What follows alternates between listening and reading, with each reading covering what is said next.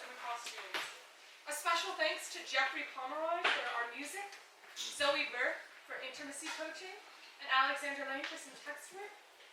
Thanks also to Alejandro Munda, who didn't make it into the program, but is a big part of the show, as well as Carol Farkas for input and support. We would like to thank Robert Benedetti and Nico Ballas, and the Actors Lab for this beautiful space, Lisa Cooley and Ron Winters. I can't possibly find anyone. As well as the Philpot family and the Vidells for being producing sponsors for this play. If you would like to join the producing sponsors circle and substantially support one of the Crow's productions, talk to one of the ushers during intermission. It has meant the world to me. This is a dream of mine, and I'm so glad to see it on the stage. Thank you to Cecilia Marshall for being our stage manager, Juniper Barber-Wolchin and Lala Grenier for being our costumes managers, Max Rogers, our props manager, Ian Gonzalez, our house manager at the Nest, and then Quinn Cooley Winters for helping with everything. If you would like to be on this side of the stage or know someone who would, the next show is the Youth Shakespeare Festival, which begins in February and performs in April. Information can be found on our website, upstartcrowsofsantafe.org. If you would like to receive occasional mailings on what we are up to, please sign up for our mailing list at the ticket table. Concessions, we sold out of merch, but anything you buy for concessions will be in the scholarship fund, which means that any poor Shakespeare-deprived youth, 10 to 13, who wants to do this can do this. The restrooms are as you came in to your right. The exits, there's one there, and in case of a horrible emergency, one straight back there through the fireproof curtains. Cell phones. Please silence your cell phones. You are more than welcome to take photos. You're more than welcome to laugh and cry, whatever you want to do, as long as you don't use flash or hurt someone. Yes, the lights. The lights will never strobe, but they will click in and out, not too fast, and they will wiggle up and down, but not too harshly, so hopefully no one will have a seizure. Yes, sword fights. There are sword fights in this play, many sword fights. It's about a war. So, if you are sitting in the front row, know that the people wielding the swords have been doing this for over 5 months and have previous training as well. It is meant to look realistic in the world of the play, but know that it is safe. Great. And now, let the Upstart Crows of Santa Fe take you away to the Scotland of Macbeth.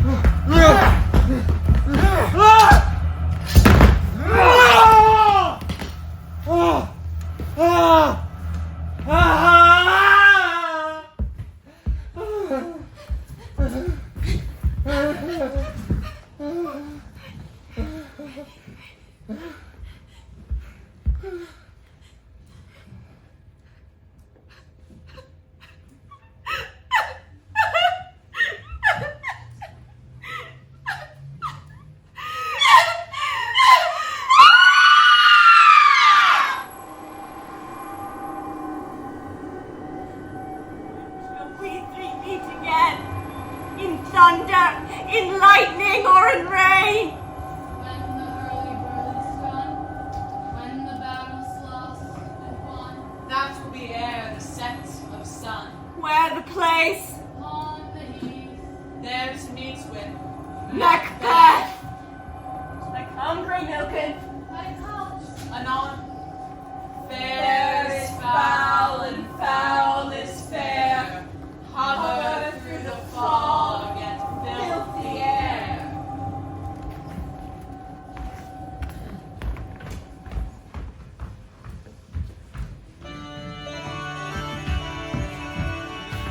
Bloody man is that? You can report as seemeth by his flight the revolt of the new estate. This is the sergeant, who like a good and hardy soldier fought since my captivity. Hail, brave friend. Say to the king the knowledge of the broil is that its lead. Doubtful it stood. As two spent swimmers that do cling together and choke their art, the merciless MacDonald worthy to be a rebel. For too that the multiplying villainies of nature do swarm upon him. From the western isles of kerns and gallow glasses is supplied. And fortune, on his damned quarrel smiling, showed like a rebel's whore. But all's too weak for brave Macbeth. Well, he deserved that name. Disdaining fortune with his brandished steel, which smoked with bloody execution. Like valor's minion, he carved his passage till he faced the slave, and ne'er shook hands nor bade farewell to him, till he unseamed him from the nave to the chops, and fixed his head upon our battlements. Aye! Cousin, worthy gentlemen. Once the sun gin his reflection, shipwrecking storms and direful thunder breaks. From that spring, whence comfort seemed to come, discomfort swelled. Mark, King of Scotland, mark, no sooner justice had, with valor armed, compelled these skipping kerns to trust their heels, with the Norwegian lord, surveying vantage, with furbished arms and new supplies of men began a fresh assault.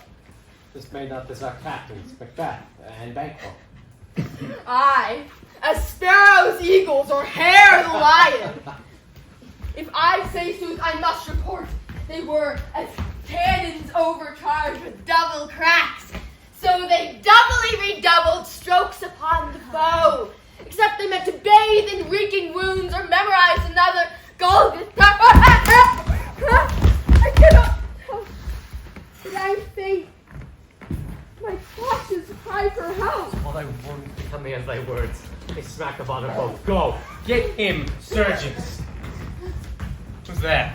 The worthy Thane of Ross. With a haste looked through his eyes so that he should look that seemed to speak things strange. God save the king. Whence camest thou, worthy thing? From Fife, great king, where the Norwegian banners flout the sky and fan our people cold. Norway himself, with terrible numbers, assisted by that most disloyal traitor, Thane of Cawdor, began a dismal conflict, till that Bellona's bridegroom confronted him with self-comparisons, point against point, rebellious arm against arm, curbing his lavish spirit, and to conclude, the victory fell on us. Aye! That now, Sweno, Norway's king, craves composition, nor would we deign him burial of his men till he be dispersed. At St. Combs Inch, $10,000 to our general use. Aye. No more. That Thane of Cawdor should deceive our bosom interest. Go, pronounce his present death, and with his former title, quit Macbeth. I'll see it done. But he hath lost. Noble Macbeth hath won.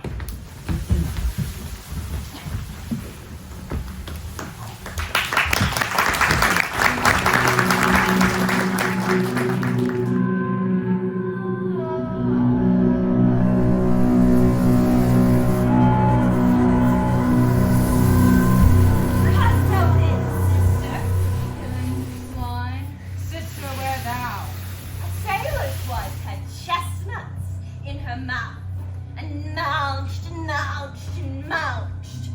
Give me, quoth I, a right thief witch! The rump-fed Runyon cried. Her husband to Aleppo gone, master of the tiger, but in a sieve I'll thither sail, and like a rat without a tail I'll do, and I'll do, and I'll do. I'll give thee a wine, Thou art kind, and I another. I myself have all the other, and the very ports they blow, all the quarters that they know in the shipman's card. I'll drain him dry as hay. Sleep shall neither night nor day, but hang upon his penthouse lid. He shall live, a man forbid. Where he 7 nights, 9 times 9, he shall dwindle, peak, and pine. Though his bark cannot be lost, yet it shall be tempest-tossed. Look what I have. Show me, show me. Here I have a pilot's thumb. Wrecked as homeward he did come. A drum, Macbeth doth come. The weird sisters, hand in hand, hostess of the sea and land, thus to go about, Thrice to thine, And thrice to mine, and thrice again to make up 9. Peace, the charms wound up. So, and Faraday I have not seen. How far is Cald's forest? What are these? So withered and so wild in their attire, they look not like the inhabitants of Europe and yet are on it. Live you? Or are you aught that man may question? Seem to understand me?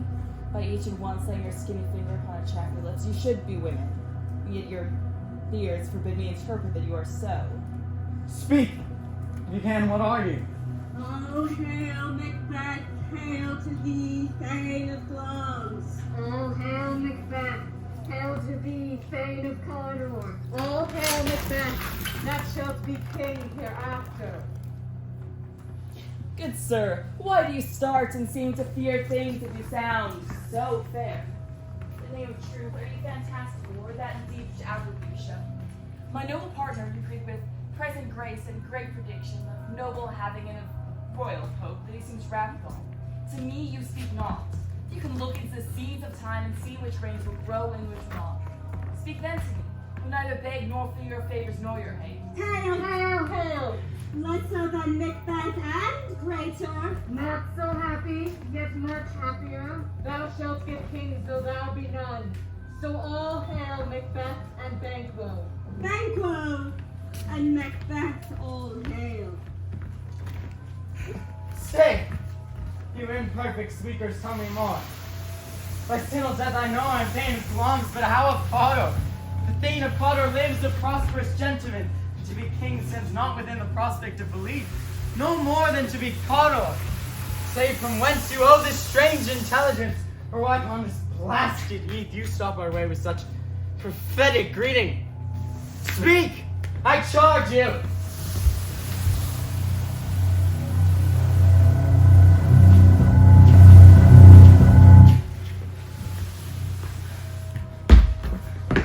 The earth has bubbles as the water has, and these are of them. Whither they vanish? Into the air. What seemed corporal melted as breath into the wind. They had stayed. Such things here that we do speak about, or we even on the insane root to taste the reason, prisoner. Our children shall be kings. You shall be king. And Thane of Cawdor too. Was it not so? It's the self-same tune and words. Who's there? The king hath happily received, Macbeth, the news of thy success. And when he reads thy personal venture in the rebels' fight, his wonders and his praises do contend which should be thine or his. Silence with that in viewing o'er the west o' the selfsame day. He finds thee in the stout Nuwean ranks, nothing afeard of what thyself didst make. Strange images of death, as thick as tale, came post with post, and every one did bear thy praises in his kingdom's great defense, and poured them down before him. We are sent to give thee from our royal master thanks, only to herald thee into his sight, not pay thee. And for an earnest of greater honor, he bade me from him, told thee Thane of Cawdor, In which edition, hail most worthy fame for design. What? Can the devil speak true? Hans, do not hope your children shall be kings, when those that gave the Thane of Cawdor to me promise no less to them. That trusted home I did enkindle you unto the ground besides the Thane of Cawdor. But oftentimes, to win us to our harms, the instruments of darkness tell us truths, win us with honest trifles to betray the deepest confidence. Cousins, a word, I pray you. Two truths are told as happy prologues to the swelling act of the imperial theme. Oh, and thank you, gentlemen. This supernatural soliciting cannot be ill. Cannot be good. If ill, why hath it given me earnest of success commencing, and in truth I am Thane of Cawdor? If good, why do I yield to that suggestion whose horrid image doth unfix my hair, and make my seated heart knock at my ribs against the use of nature? Present fears are less than horrible imaginings.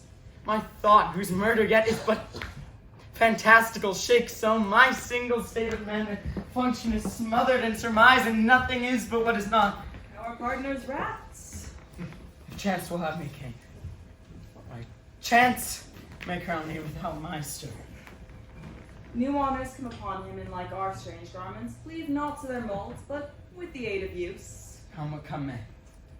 Time and the hour runs through the roughest day. Worthy Macbeth, we say upon your leisure.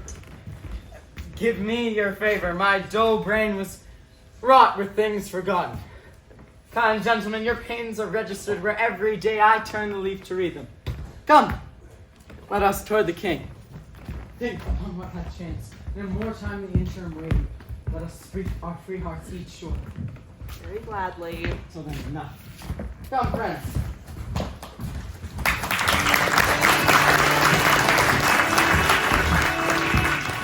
His execution done on Cawdor. Not those in commission yet returned. My liege, they are not yet come back, but I have spoken with one that saw him die, who did report that very frankly he confessed his reasons, implored your highness pardon, and set forth a deep repentance. Nothing in his life became him life-believing.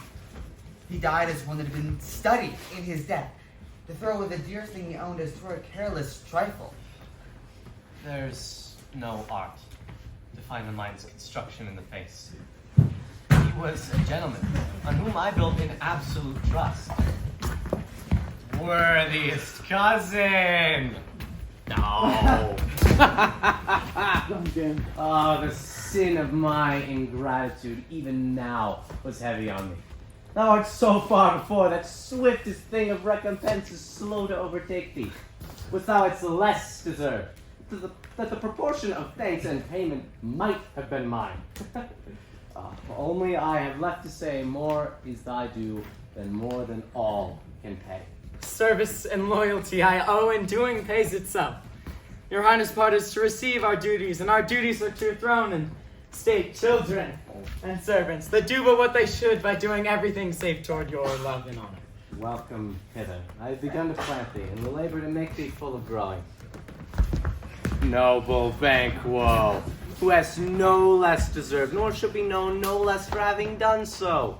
Let me hold thee, and fold thee to my heart. There, Phibro, the harvest is your own. My plenteous joys, wanton in fullness, seek to hide themselves in drops of sorrow. Sons, kinsmen, thanes, in whose places are the nearest snow, we shall establish our estate upon our eldest, Malcolm, whom we name hereafter the Prince of Cumberland. Whom honor must not, unaccompanied, invest him only, but signs of nobleness, like stars, shall shine on all deservers. From hence to Inverness, and bind us further to you. The rest is labor, which is not used for you. I'll be myself the harbinger, and make joyful the hearing of my wife with your approach. So humbly take my leave. My worthy Cawdor. The Prince of Cumberland? That is the step on which I must fall, or else or leap, for in my way it lies. Stars, hide your fires, let not light see my black and deep desires. the eye wink at the hand, yet let that be which the eye fears, when it is done to see. True, noble Banquo, he is full so valiant. And in my commendation I am fed. It is a banquet to me. What's after him? Whose care has gone before to bid us welcome? It is a peerless kinsman.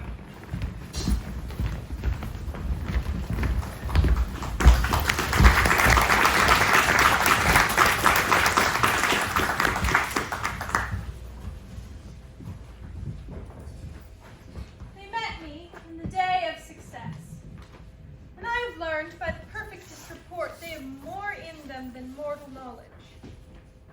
When I burned in desire to question them further, they made themselves air into which they vanished.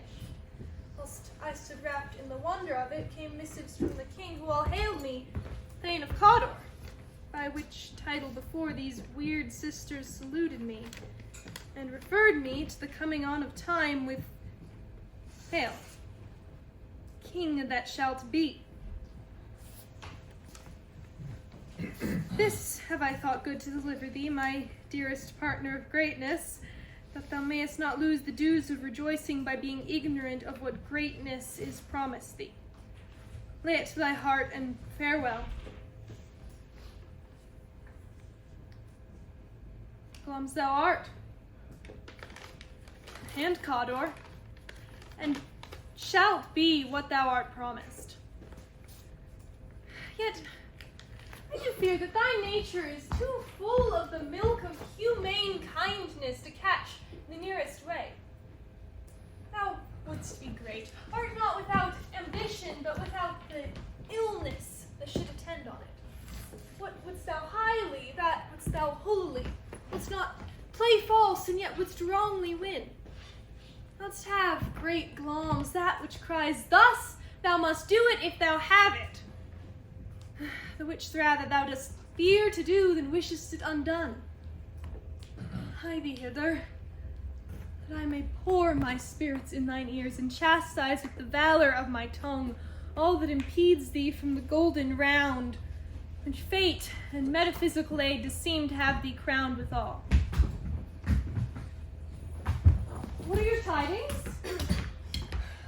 The king comes here tonight. I was mad to say it is not thy master, but him who, if were so, would have informed for preparation. So please you, it is true. Our Thane is coming. One of my fellows had the speed of him, who almost dead for breath had scarcely more than could make up his message. If intending, he brings great news.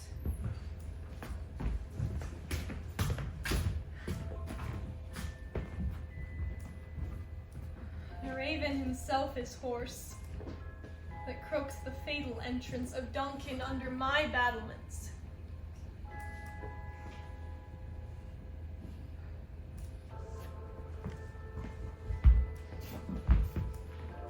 Come, you spirits that tend on mortal thoughts, unsex me here, and fill me from the crown to the toe top full of direst cruelty.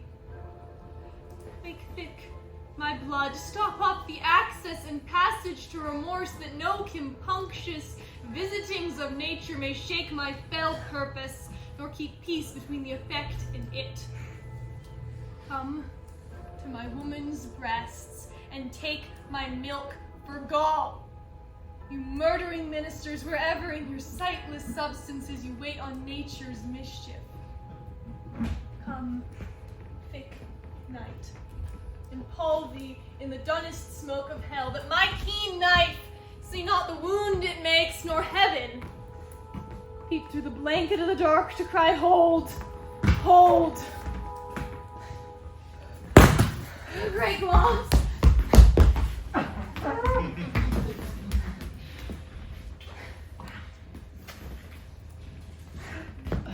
Worthy Cawdor, greater than both, as they all hail hereafter. Thy letters have transported me beyond the ignorant present, and I see now the future in the instant. My dearest love, Duncan comes here tonight. And when goes hence? Tomorrow, as he purposes. Oh. Never shall sun that morrow see. your face. My day is a book. Where men may read strange matters. To beguile the time, look like the time. You're welcome in your eye, your hand, your tongue.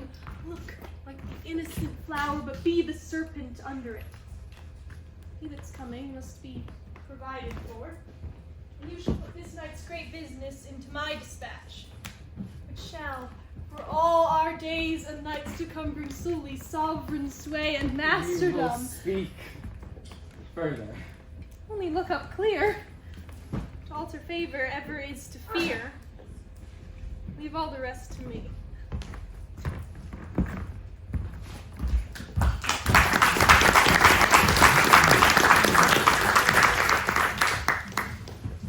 Oh, this castle hath a pleasant seat. The air nimbly and sweetly recommends itself into our gentle senses. This guest of summer, the temple haunting Marlow, is approved by his loved masonry. The heaven's breath smells wooingly here. No jelly freeze, buttress, not point of vantage, but that the bird hath built his pendulum bed and procreant cradle, where they most breed in haunts. I've observed.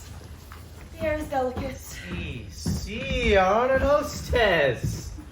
The love that follows us is sometimes our trouble, which still we thank as love.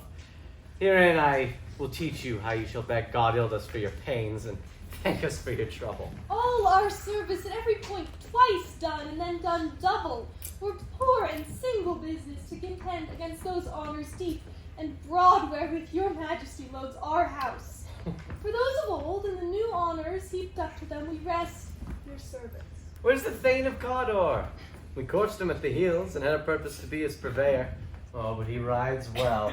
And his great love, sharp as a spur, hath helped him to his home before us. Fair and noble hostess, we are your guests tonight. Your servants ever have theirs themselves and what is theirs in comp, to make their audit at your highness' pleasure, still to return their own. Give me your hand. Conduct me to mine host. We love him highly, and shall continue our graces towards him.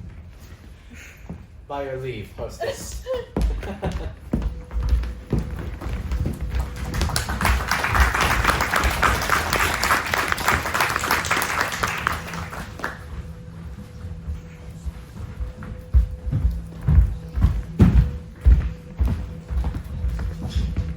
If it were done, when 'tis done, then 'twere well it were done quickly.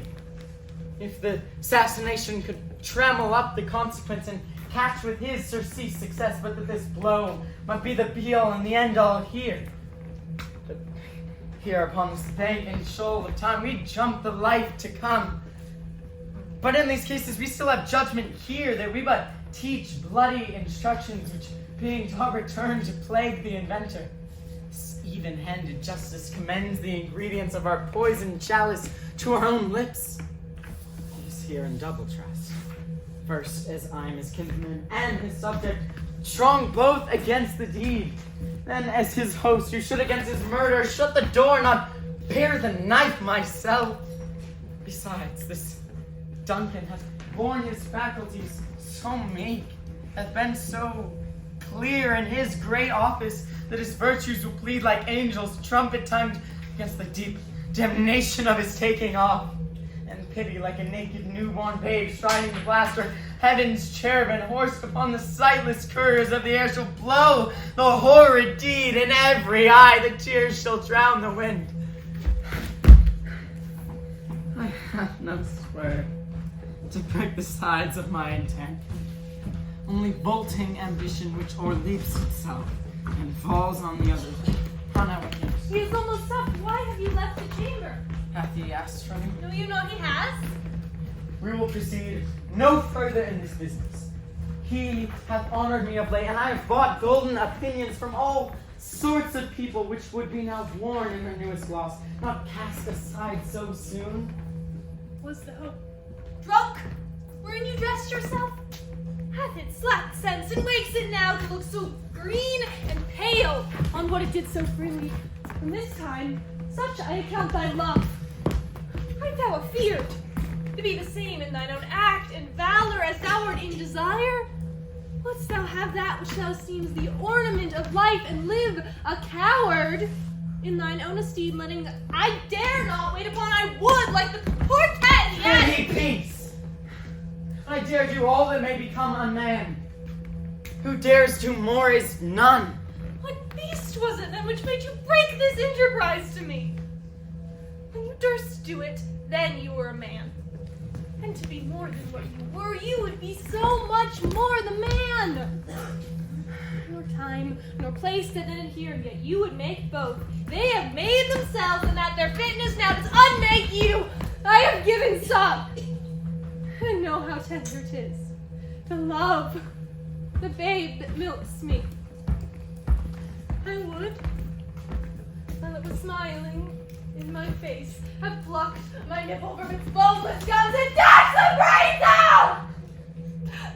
And I so sworn, as you have done to him!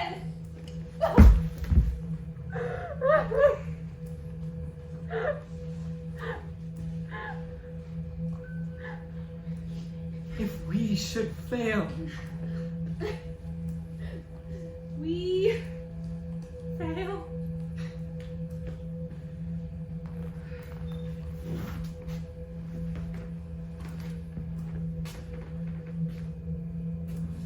Screw your courage to the sticking place, and we'll not fail.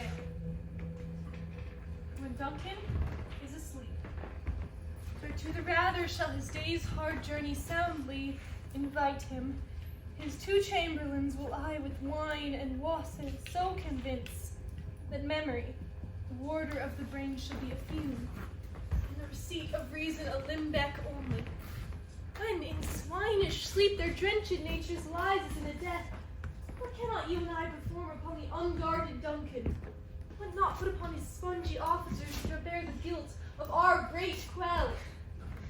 Bring forth men children only, for thy undaunted mettle should compose nothing but males. Shall it be received when we have marked with blood those sleepy two of his own chamber, and used their very daggers that they have done? Who dares receive it other? As we shall make our griefs and clamor roar upon his death. I am settled, and bend up each corporal agent to this terrible feat.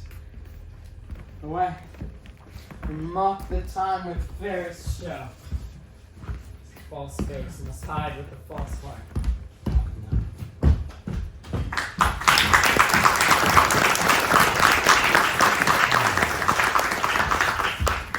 How goes the night, boy? The moon is down, I have not heard the clock. And she goes down at 12. I'll take it later, sir.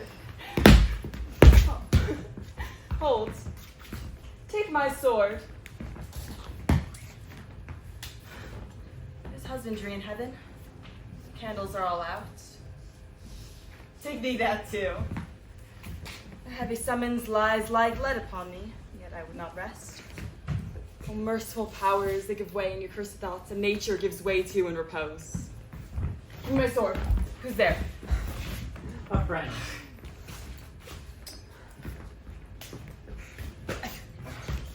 Well, sir, I get a rest. The king's abed. He hath been in unusual pleasure and sent forth great larges to your offices. This diamond, he greets your wife withal, by the title of most kind hostess, and shut up in measureless content. Being unprepared, our will became the servant to defect, which else should free have wrought. All's well.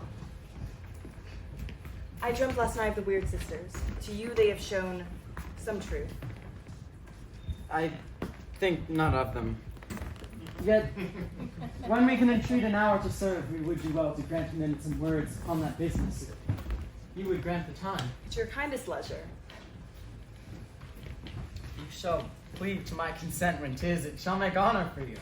Like, lose none in seeking to augment it, but still keep my bosom franchised and allegiance clear. Shall be counseled.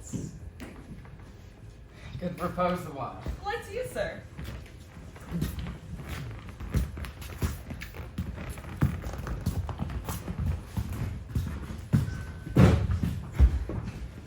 Go bid thy mistress. When my drink is ready, she strike upon the bell. Get thee to bed.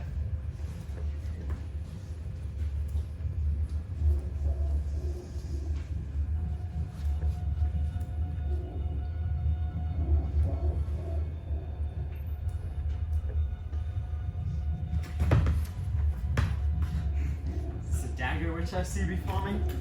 Handle toward my hand, come let me clasp. I have thee none, and yet I see thee still. Art thou not fatal vision, sensible to feeling as to sight? Or art thou but a dagger of the mind, a false creation proceeding from the heat oppressive brain? I see thee yet. And form as palpable as this which now I draw, thou marshalest me the way that I was going. And such an instrument I was to use.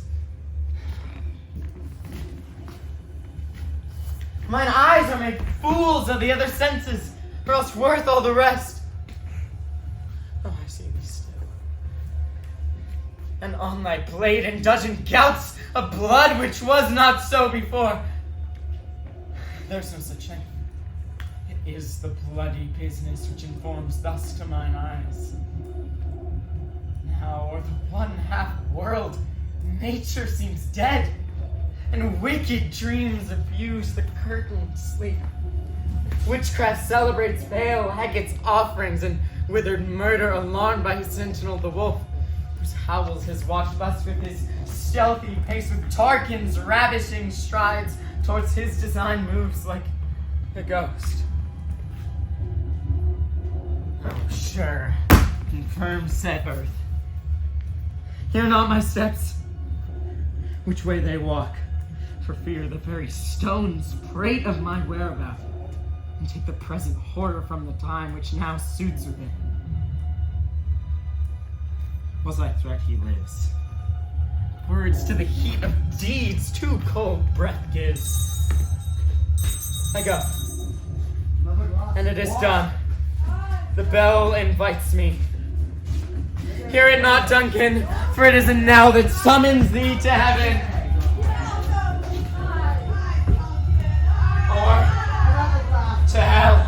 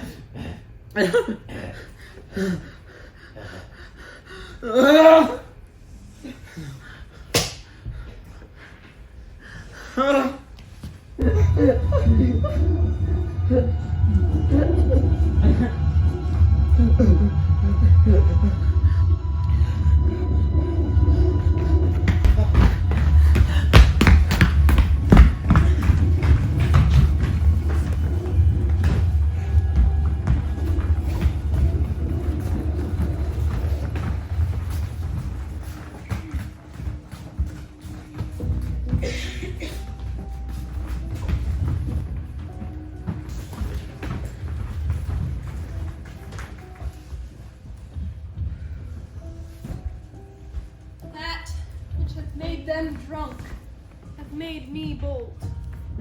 That which hath quenched them hath given me fire. Hark! Peace, 'twas the owl that cried. Fatal bellman that gives sternest good night. Is about it. Doors are open and the surfeited grooms do mock their charge with snores. I have drugged their possets. Death and nature do contend in them whether they live or die. Who's there below? Oh, I'm afraid they've awaked, and 'tis not done they tempt, and not the deep confounds us. Hardly laid the daggers ready, he could not miss them. Had he not resembled my father as he slept, I'd have done it. My husband.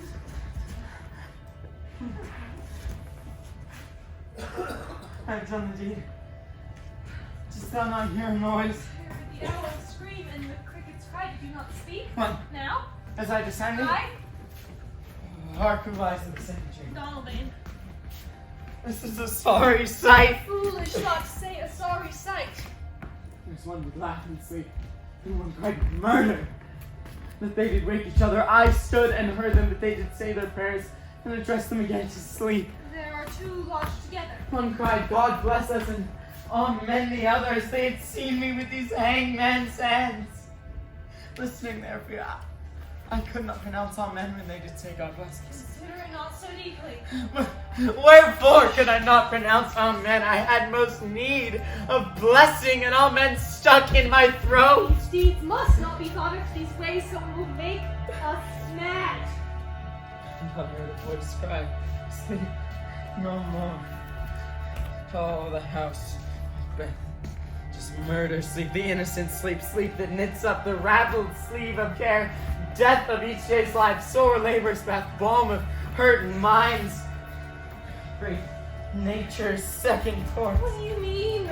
Still, he cried, sleep no more. To all the house, gloms and murdered sleep, and therefore Cawdor shall sleep no more. Macbeth shall sleep no more. Who was it that thus cried? Why? Worthy thane, you unbend your noble strength to think so brain sickly of things. Go, get some water and wash this filthy witness from your hands. Why did you bring the daggers from the place? They must lie there. Go, carry them and smear the sleepy grooms with blood. I'll go no more. I am afraid to think on what I have done. Look on it again. I dare not. Fergus, give me the daggers. The sleeping and the dead are but as pictures. 'Tis the eye of childhood that fears the painted devil. If he do bleed, I'll gild the faces of the grooms with all, for it must seem their guilt.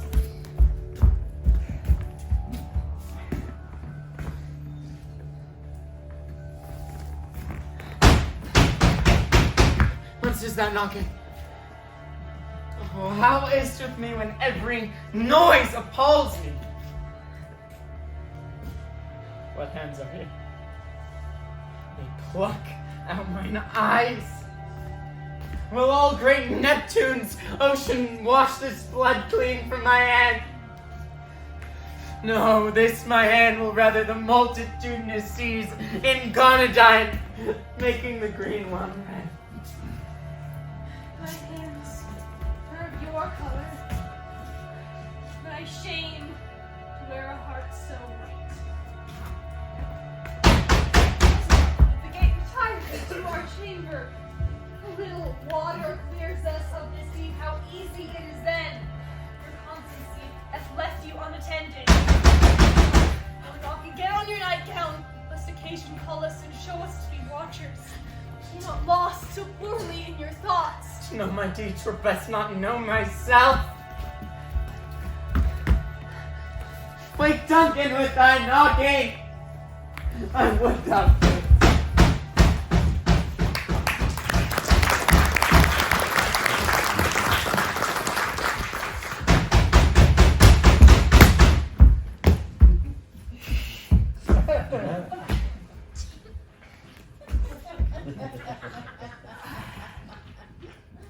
Here's a knocking indeed.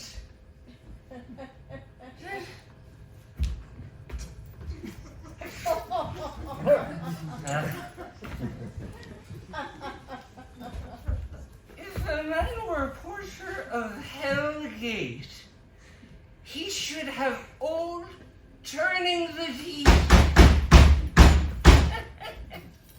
Knock, knock, knock. Who's there?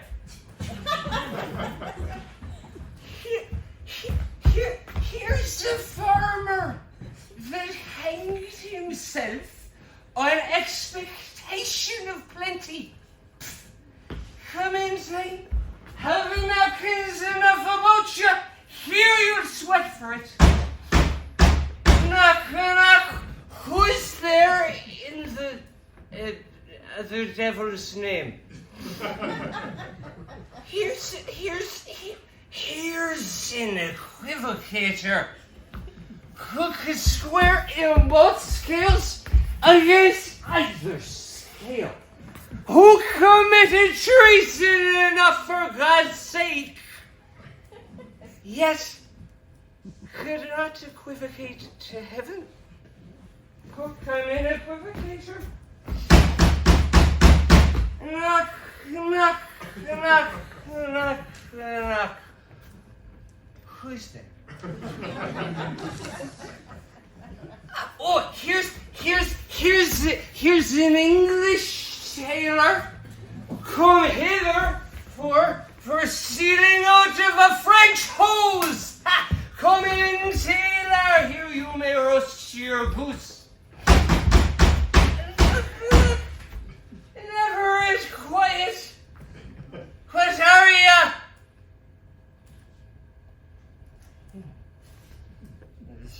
This is too cold for hell. I had a devil portrait no further. I had thought to listen some of all professions that go the primrose way to the everlasting bonfire. Anon? Anon. Uh-huh. Uh-huh.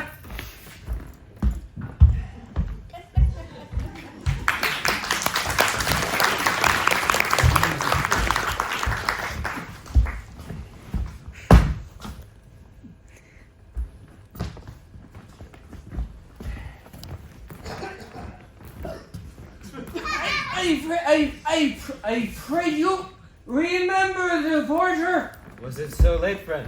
Or you went to bed that you do lie so late? Faith, sir, we were carousing to the second cock, and drink, sir, is a great provoker of three things. What three things does drink especially provoke? Oh, marry, sir. Nose painting, sleep, and urine. Lechery, sir, it provokes and unprovokes. It provokes the desire, but takes away the performance. It therefore, much drink may be said to be an equivocator with lechery. It makes him, and it marries him, or it sets him on, and it takes him off. It persuades him and disheartens him. It makes him stand to and not stand to. In conclusion, equivocates him in his sleep, and giving him the lie leaves him. I believe drink gave thee the lie last night. This is just, sir, in the very throat on me. But I requited him for his lie, and I think, being too strong for him, though he took up my legs sometime, yet I made a shift to cast him. Is thy master, sir? A knock he has awaited. Here he comes. Go. Good morning, noble sir. Okay. Tomorrow, bro. The king's stirring word is that? Not yet. He did command me to call time the honor. Well, I've almost slipped the hour. I'll bring you to him. I know it is a joyous trouble to you, but yet 'tis one. The labor we delight in physics vein. This is the door. I'll make so bold to call, for 'tis my limited service. Goes the king hence today? He does. He did appoint so. The night has been unruly. Where we lay, our chimneys were blown down, and as they say, lamentings heard in the air, strange screams of death and prophesying with accents terrible, of dire combustion and confused events. Knew half to the woeful time the Upstart had clamored the livelong night. Some say the earth was feverish and did shake. 'Twas a rough night. My young brother was not parallel a fellow to it. Horror! Horror! Horror! Tongue, nor heart cannot conceive, nor name thee. Most sacrilegious murder hath broke out the Lord's anointed temple, and stole thence the life, the building. What does she say, the life? Majesty? Approach the chain, and destroy your sight with a new gorgon. Do not bid me speak. See, and then speak yourselves. Awake! Awake! Ring the alarm bell! Murder and treason. Malcolm, Donald Banquo, awake. Shake off this downy sleep that's counterfeit and look on death itself. Up! Up! And see the great doom's image. Malcolm! Banquo! As from your graves, rise up like sprites to countenance this horror. Ring the bell! What's the business that such a hideous trumpet calls to parley the sleepers of this house? Speak! Oh, gentle lady, it's not for you to hear what I can speak. A repetition in a woman's ear would murder as a pro.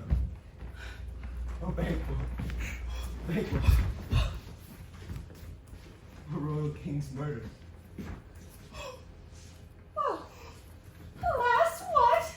In our house? Too cruel anywhere. Dignify freely contradict thyself and say it is not so. When I but died an hour before this chance, I had but lived a blessed time. But from this instant, there's nothing serious in mortality. All is but toys. Wine of life is drawn, and the mere least is left a bolt to brag of. What's this? You are, and do not note the spring, the head, the fountain of your blood is stopped. The very source of it is stopped. Your royal father's murdered. Huh?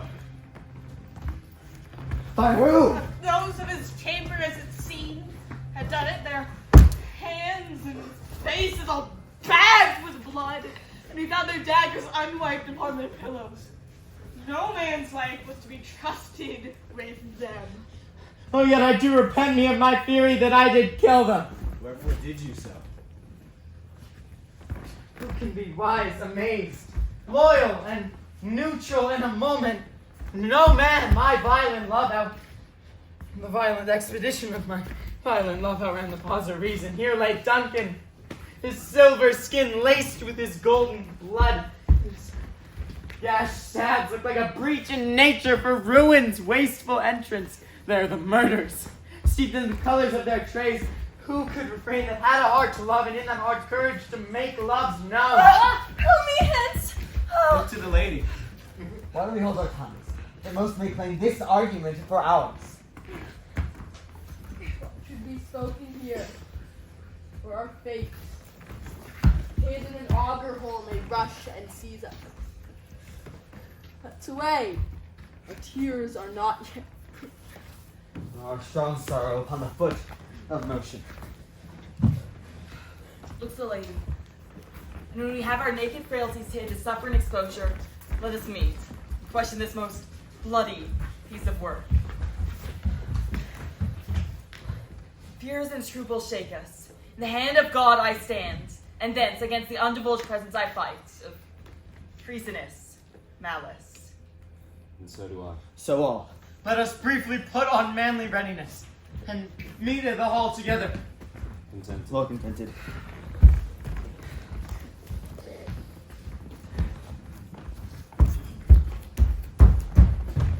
What will you do? Let's not consort with them. To show an unfelt sorrow is an office which the false man does easy. I'll to England. To Ireland I. Our separate fortunes shall keep us both the safer. For where we are, there's daggers and men smile. The nearer in blood, the nearer bloody. This murderous shaft of the shot hath not yet lighted, and our safest way is to avoid the aim. Therefore, to horse. And let's not be dainty of leave taking, but shift away.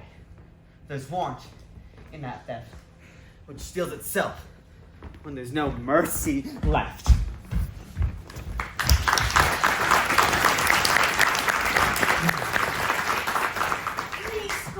10 I can remember well, within the volume of which time I have seen hours dreadful and things strange. But this sore night hath trifled former knowings. Ah, good father, how cease the heavens as troubled with man's act threaten his bloody stage? By the clock 'tis day, and yet dark night strangles the traveling lamp. It's night's predominance or the day's shame, that darkness does the face of earth entomb, when living light should kiss it. 'Tis unnatural, even like the deed that's done.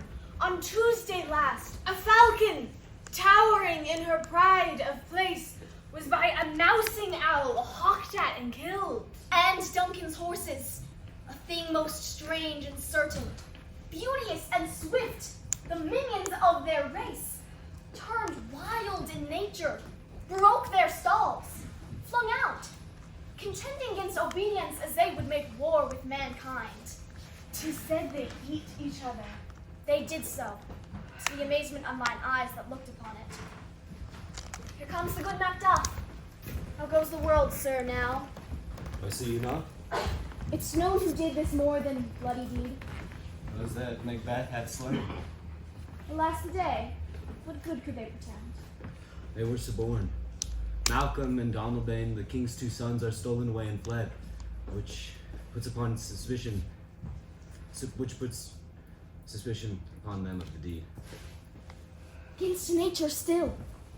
Thriftless ambition that will round up thine own life's means. Then 'tis most like the sovereignty will fall upon Macbeth. He's already named and gone to Scoon to be invested. Where is Duncan's body? Carried to Colmkill, sacred storehouse of his predecessors and guardians of their bones. Will you to Spoon? No, cousin. I'll to fight. Well, I will thither. May you see things well done there. Adieu. Lest our old robes sit easier than our new. Farewell, father. God's benison go with you. And with those that would make good of bad and friends of foes.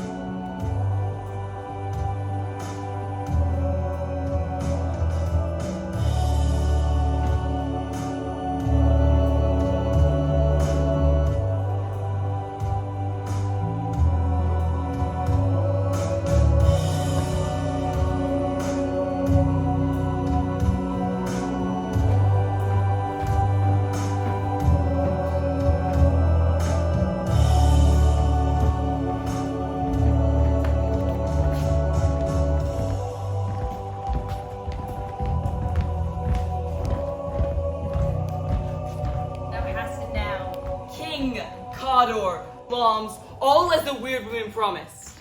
Yet I fear thou place most foully for it. It was said, should not stand in my posterity, but myself should be the root and father of many kings. There come truth from them, as upon thee, Macbeth, their speeches shine. Why, by all the verities on thee made good, may they not be my oracles as well, and set me up in hope, but hush no more. Here's our chief guest. Should he have been forgotten, if there is a gap in our great feast and all things unbecoming. Tonight we hold a solemn supper, sir, and I'll request your presence. Let your highness command upon me, to which my duties are within indissoluble tie forever knits. Ride you this afternoon. Aye, my good lords. I should have else desired your good advice, which would have been both brave and prosperous in this day's council. But we'll take tomorrow. Is't far you ride?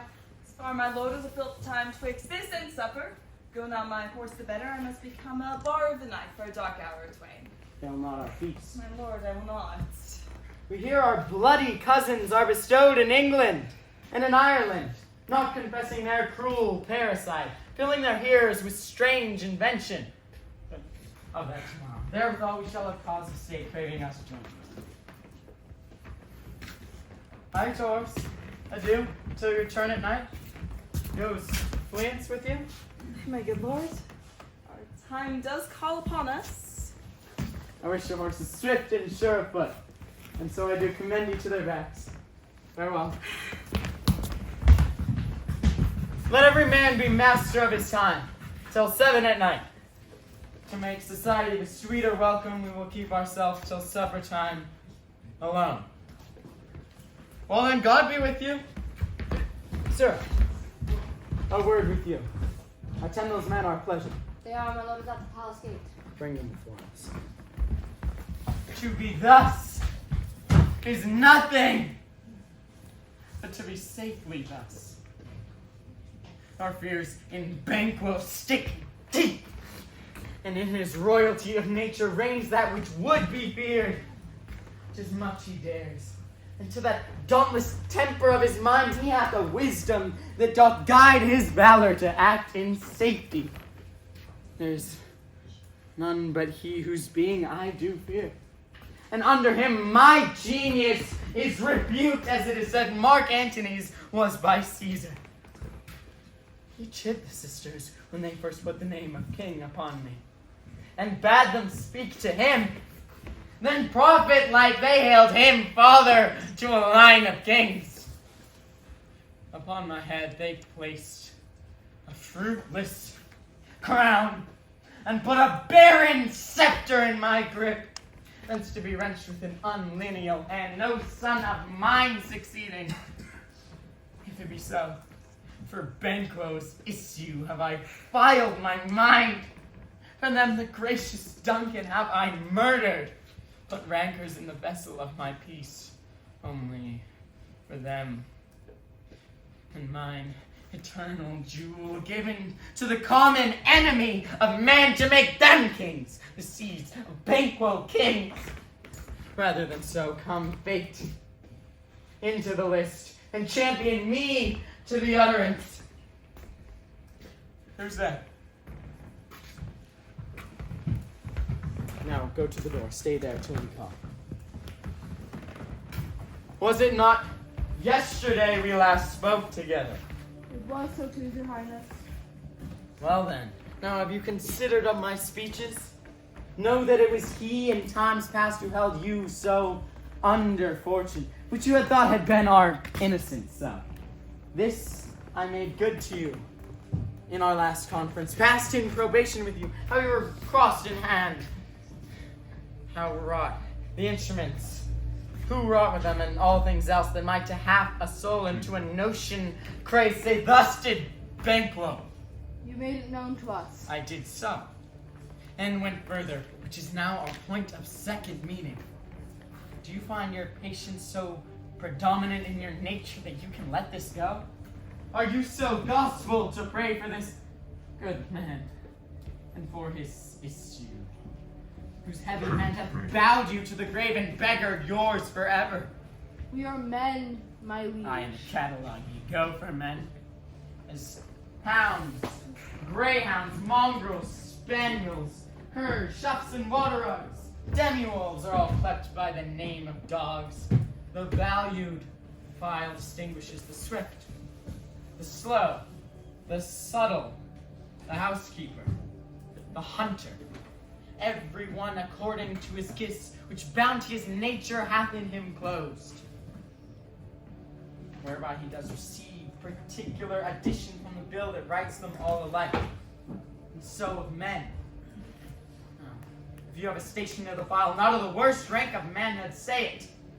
and I will put that business in your bosoms, whose execution takes your enemy off, and grapples you to the heart and love of us, who were but sickly in his life, which in his death was perfect. I am one, my liege, whom the vile blows and buffets of the world hath so incensed that I am right restless what I do to spite the world. And I another, so weary with disaster, tugged with fortune, that I would set my life on any chance to mend it or be rid of. Both of you know Banquo was your enemy? True, my lord? So is he mine. And in such bloody distance that every minute of his being thrust against my nearest of life. And though I could with barefaced power sweep him from my sight and bid my will avouch it, yet I must not, for certain friends that are both his and mine, whose loves I may not drop, but wail his fall, who I myself struck down. Thence it is that I to your assistance do make love, masking the business from the common eye for sundry weighty reasons. We shall, my lord, perform what you command us. So our lives. Your spirit shine through you. Within this hour at most, I will advise you where to plant yourselves. Acquaint you with the perfect spy of the time, the moment on, for must be done tonight. And something from the palace. Know that I require a clearness, and with him to leave no rubs nor botches in the work. Fleance, son that keeps him company, whose absence is no less material to me than his father's, must embrace the fate of that dark hour. Resolve yourselves apart. I'll come to you anon. We are resolved, my lord. Bide within. I'll call upon you straight.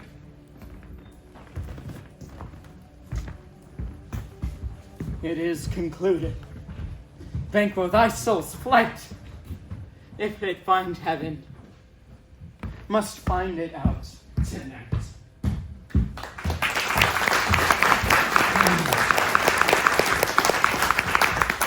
Banquo gone from court? Madam, but returns again tonight. Say to the king I would tend his leisure for a few words. Madam, I will.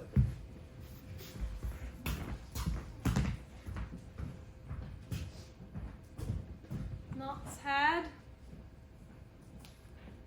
All spent. For our desire is got without content. 'Tis better to be that which we destroy than by destruction dwell in doubtful joy. How now, my lord? Why do you keep alone? For sorriest fancies your companions making, using those thoughts which should indeed have died with them they think on. Things without all remedy should be without regard. What's done is done. We have scorched the snake, not killed it. She'll close and be herself, whilst our poor malice remains in danger of her former truth. But let the frame of things disjoint, both the worlds suffer. Ere we will eat our meal in fear and sleep in the affliction of these terrible dreams that shake us nightly. Better be with the dead, whom we to gain our peace have sent to peace, than on the torture of a mind to lie in restless ecstasy. Duncan is in his grave. After life's fitful fever, he sleeps well. Treason has done his worst.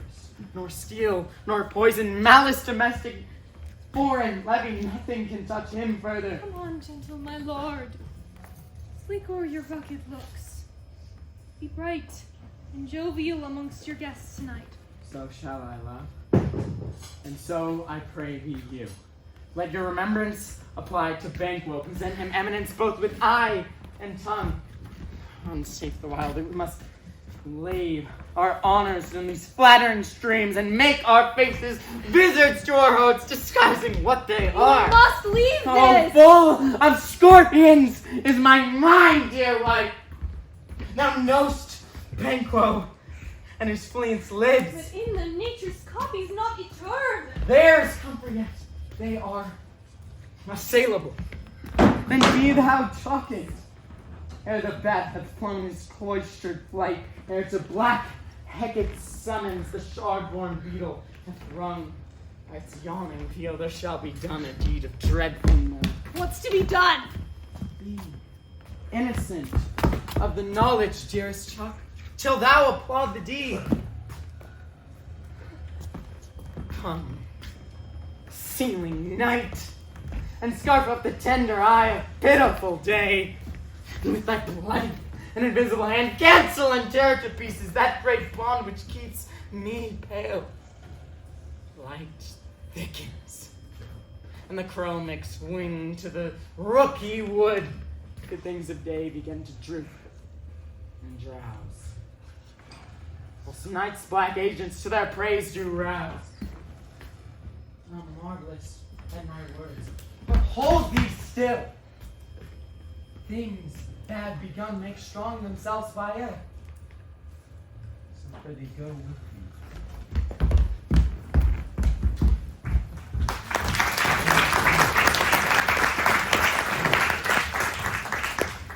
Who did bid thee join us? Macbeth. He needs not our mistrust, since he delivers our offices and what we have to do through the direction of judge. Then stand with us. The west yet glimmers with some streaks of day. Now spurs the later traveler apace to gain the time in, and near approaches the subject of our watch. Hawk, I hear horses. Give the light there, ho! Then 'tis he, dressed within the note of expectation already is a court. Horses go about. Almost a mile. But he does usually. So all men do. From hence, the palace gate maketh their walk. A light. Is he? Sounds good.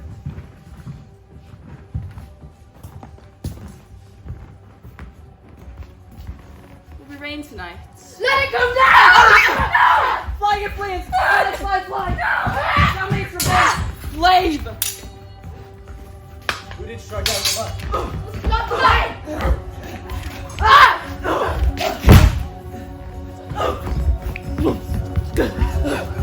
No, please! I'm sorry, no! Macbeth!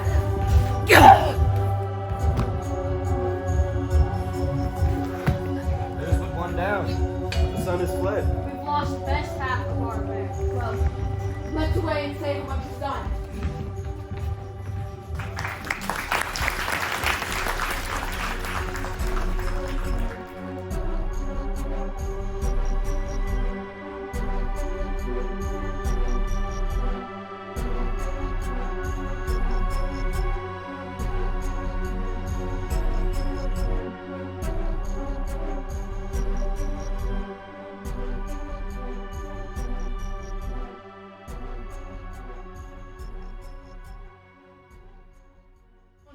Sit down at first and last, the hearty welcome. Thanks to your majesty! Of self, will mingle with society and play the humble host.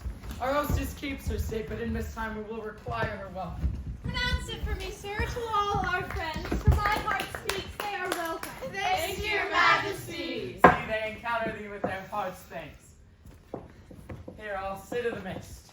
Be large in mirth. Anon, we'll drink a measure the table round. There's blood upon my face. His banquo's done. 'Tis better thee without than he within. Is he dispatched? I, my good lord, his throat is cut. Thou art the, I did for him. thou art the best of the cutthroats. And he is good that did the like for fleance.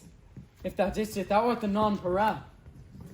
Most royal, sir. Fleance escaped. Then comes my fit again. I had else been whole as the marble, founded as the rock, as broad and general as the casing air, but now I'm cabined, cribbed, confined, bound into saucy doubts and fears. But Banquo's safe. I, my good lord, safe in a ditch he bides.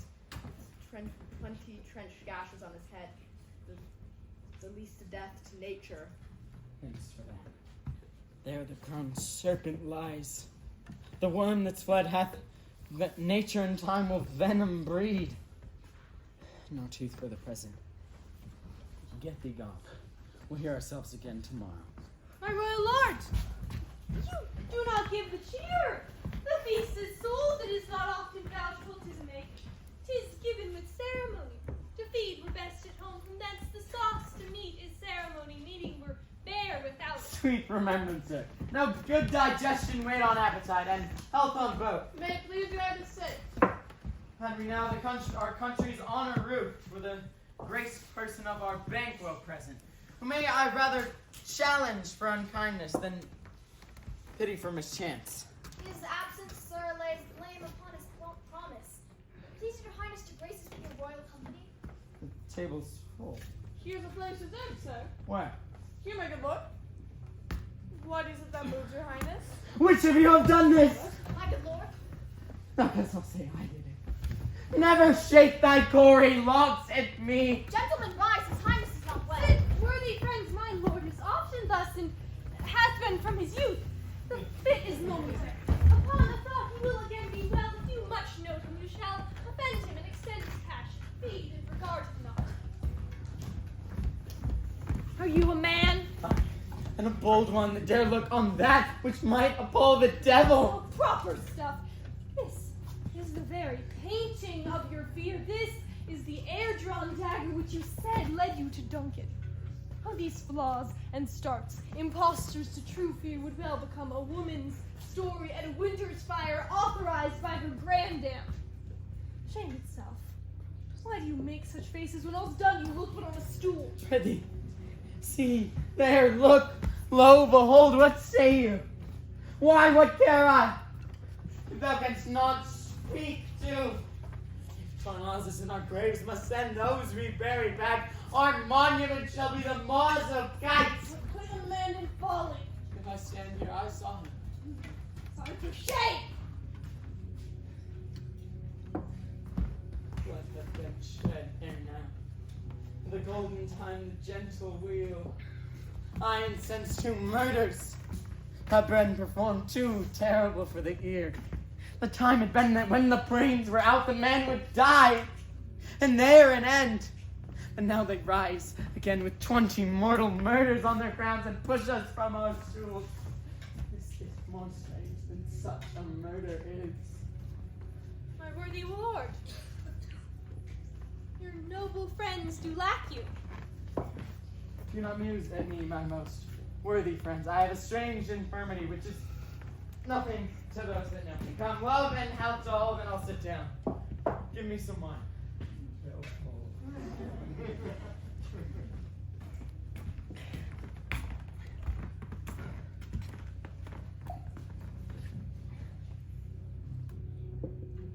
I drink to the general joy of the whole table, and to our dear friend Banquo, whom we miss. Would he were here, to all and him we thirst, to all and all. Our duties and the pledge!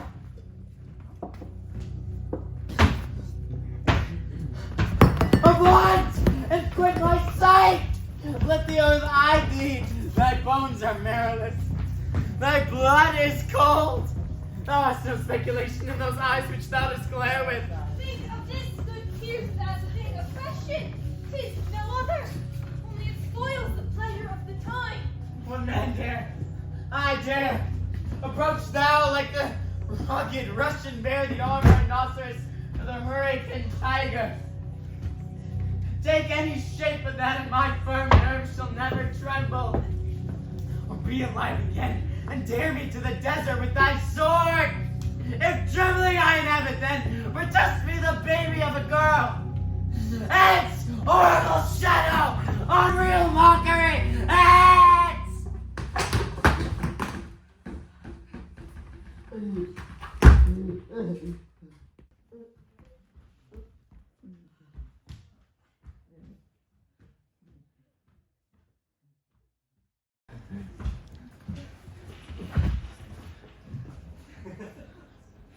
So being gone,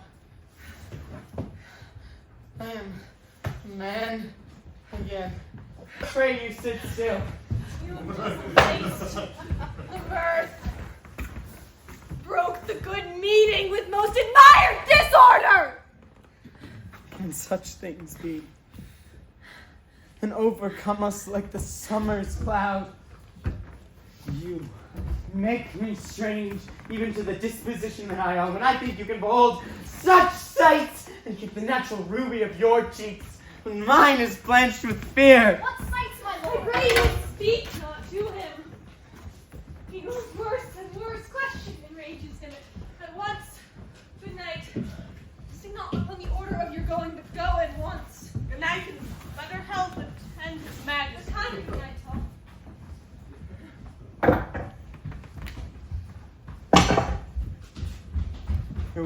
blood, they say. Blood. We'll have blood. Stones have been known to move, and trees to speak. Augurs and understood relations have by juts and magpies and rooks brought forth the secrets to man blood. What is the name?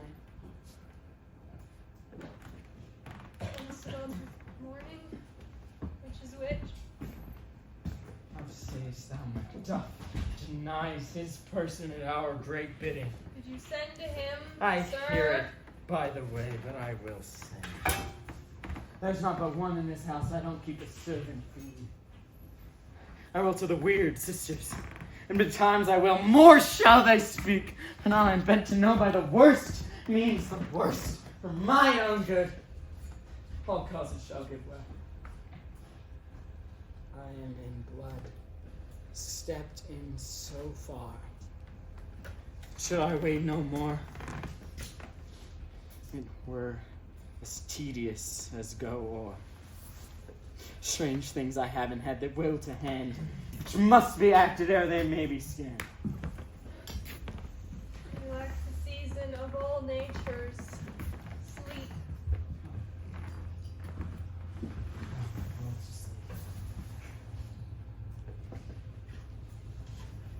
My strange and self-abuse is the initiate fear that wants our use. We are yet but young, indeed.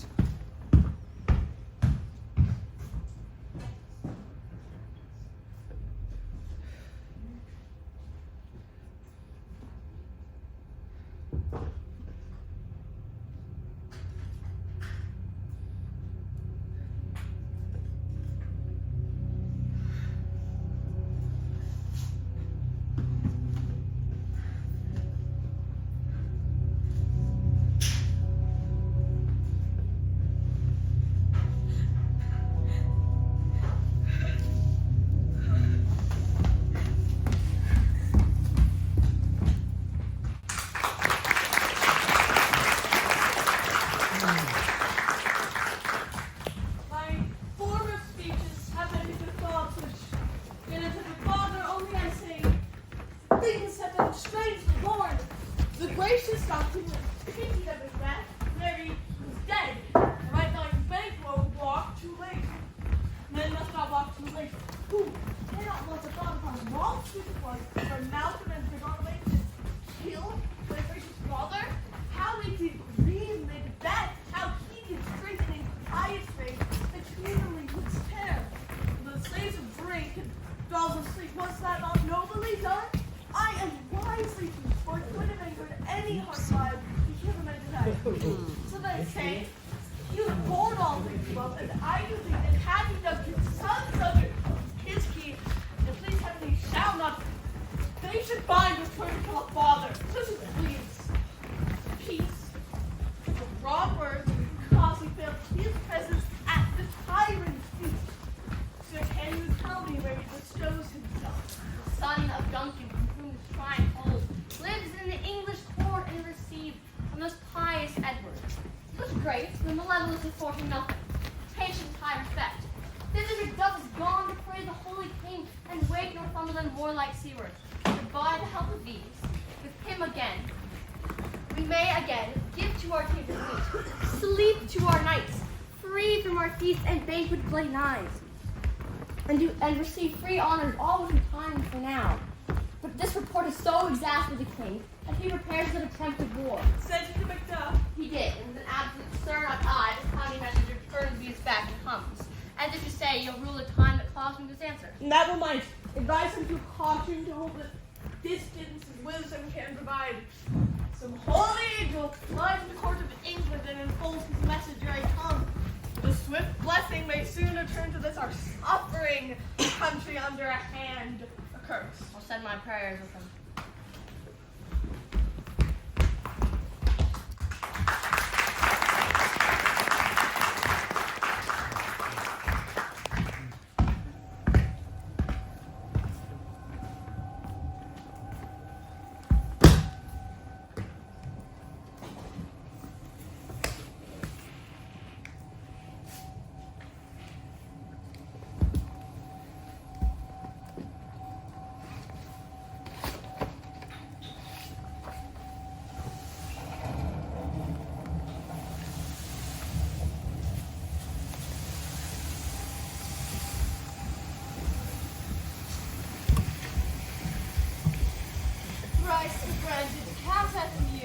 cries, and once the heads they cry. Harper cries, "'Tis time, 'tis time." Round about the cauldron go, in the poison entrails throw. Told that under cold stone days and nights has 31. Sweltered venom, sleeping gut. Boil thou first in the charmed pot. Double, double, toil and trouble, fire burn and cauldron bubble. Fill it with a fenny snake, in the cauldron boil and bake. Eye of Newton, toe of frog, wall of bat and tongue of dog, adder's fork and blind worm's sting, lizard's leg, howlet's mane. For a charm, powerful trouble, like a hell-brought boil and bubble. Double, double, toil and trouble, fire burn and cauldron bubble.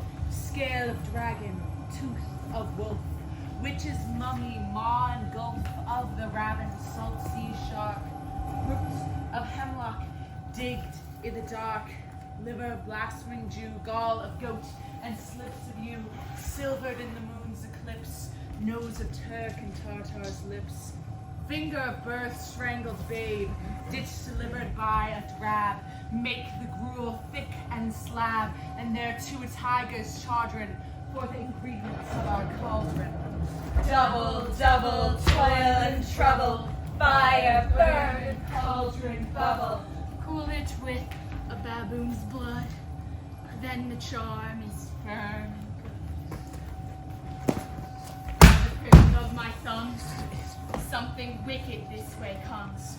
Open locks, whoever knocks. Hello, you secret black and midnight hags, what dost you do? A deed without a name. I conjure you, by that which you profess, howe'er you come to know it, though you untie the winds and let them bite against the churches, though the yeasty waves confound and swallow navigation up, though castles topple on their warders' heads, palaces and pyramids do slope their heads to their foundations, though the treasure of nature's German tumble altogether, even till destruction. Seek and answer me to what I ask you. Speak, demand, will answer. Say us I'd rather hear from our mouths or from our masters. Call him. And let me see him. Pouring the sow's blood that has eaten her 9 furrow. Grease that sweating from the murderer's gibbet throw into the flame. Come high or low, thyself and office deathly show.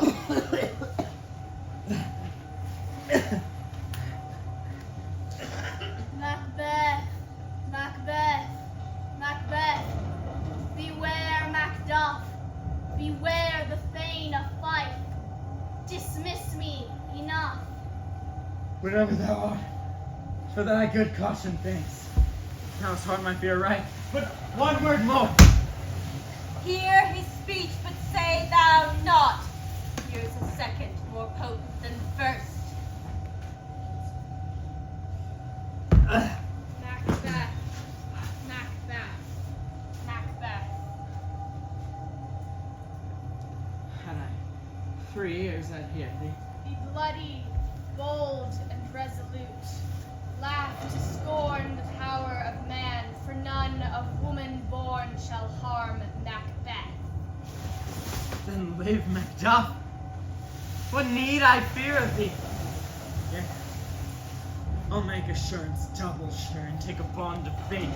Thou shalt not live, that I may tell pale-hearted fear it lies, and sleep in spite of thunder.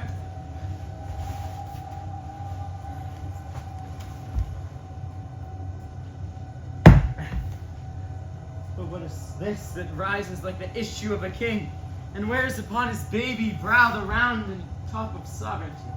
Listen, but speak not to it.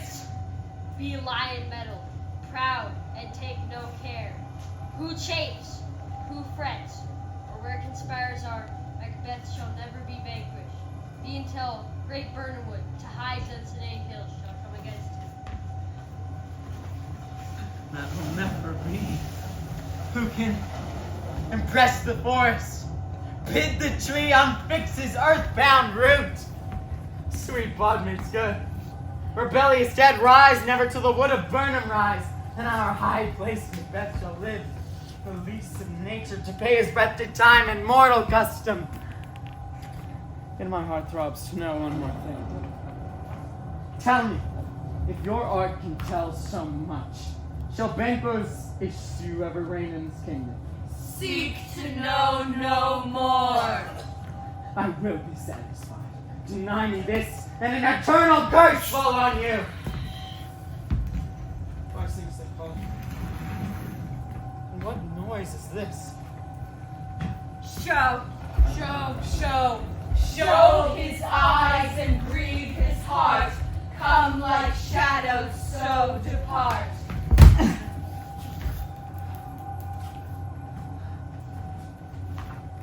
Thou art too like the spirit of Banquo.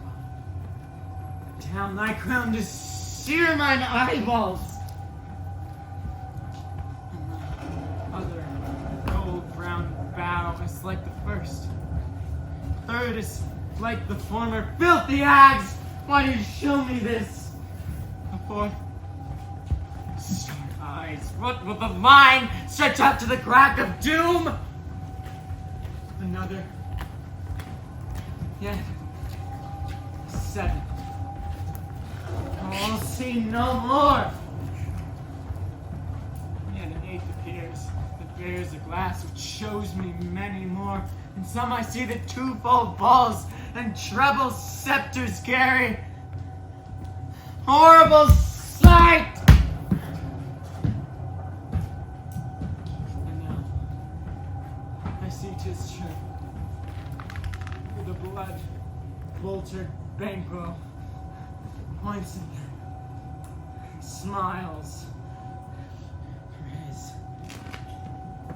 What is this spell? I serve.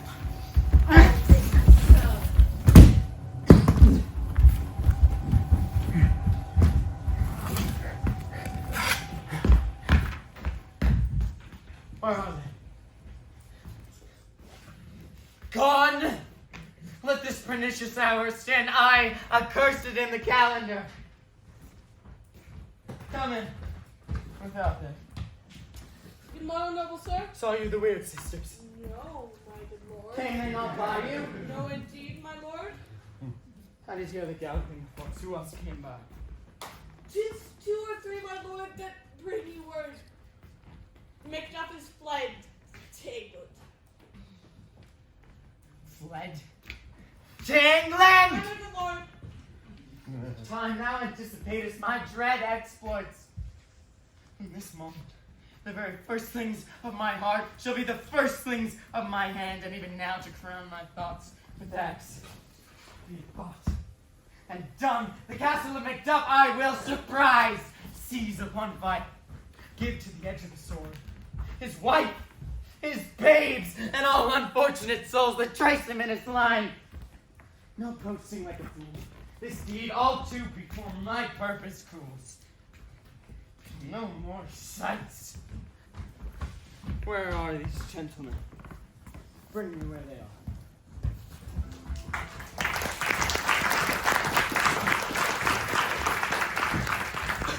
What have you done to make him fly the land? You must have patience, madam. He had none. His flight was madness. When our actions do not, our fears do make us traitors. You know not whether it was his wisdom or his fear. Wisdom! To leave his wife, to leave his babes, his mansion and his title in the place from whence himself does fly. He loves us not. He wants the natural touch. So the poor wren, most diminutive of birds, will fight her young ones in her nest against the owl. All this is the fear, and nothing is the love. As little wisdom, where the flight so runs against all reason. My dearest cause, I pray you school yourself. But for your husband, he is noble, wise, judicious, and best knows the fits of the season. I dare not speak much further, but cruel are the times when we are traitors and do not know ourselves, hold rumor from what we fear, and yet know not what we fear, but float upon a wild and violent sea each way and move. I take my leave of you. Shall not be long, but I'll be here again. Things at their worst will cease, or else climb upward to what they were before. My pretty cousin, blessings upon you. Fathered he is, and yet he's fatherless. I am so much the fool should I stay longer. It would be my disgrace and your discomfort. I take my leave at once. Zira, your father is dead. What will you do now? How will you live? As birds do, Mother. What, with worms and flies? With what I get, I mean, and so do they. Poor bird, thou never spitted the net nor the lime, pitfall nor the gin. Why should I, Mother? Poor birds they are not set for. My father is not dead for understanding. Yes, he is dead. How wilt thou do for a father? How wilt thou do for a husband? What? I can buy me 20 at any market. And you'll buy him to sell again. Thou speakest with all thy wit, and yet I faith with wit enough left for thee. Is my father a traitor? Aye, that he was. What is a traitor? Why, one that swears and then lies. And be all traitors that do so. Everyone that does so is a traitor and must be hanged. And must they all be hanged that swear and lie? Everyone. Or who must hang them? Why, the honest man must. Ah. Then the liars and swearers are fools. For there are liars and swearers enough to beat the honest men and hang up them. Now God help thee, poor monkey. But how wilt thou do for a father? If he were dead, you'd weep for him. If you would not, it should be a good sign that I should quickly have a new one. Poor prattler, how thou dost talk. Bless you, fair dame, I am not to you known, but in your state of honor I am perfect. I doubt some dangers approach you nearly. If you will take a humble man's advice, be not found here, hence with your little ones. Methinks I am too savage, too strange to you, worse to cruelty. I am too nigh your person. Heaven preserve you, I dare abide no longer. Whither shall I fly? I have done no harm. But now I remember I am in this earthly world, where to do harm is often laudable. To do good sometimes accounted dangerous folly. Why then, alas, do I put up that womanly defense to say, I've done no harm. Where is thy husband? I hope in no place so unsanctified where such as thou may find him. He is a traitor. Now lie, No! Shagwell! He's killed me, Mother! Run away, I pray you!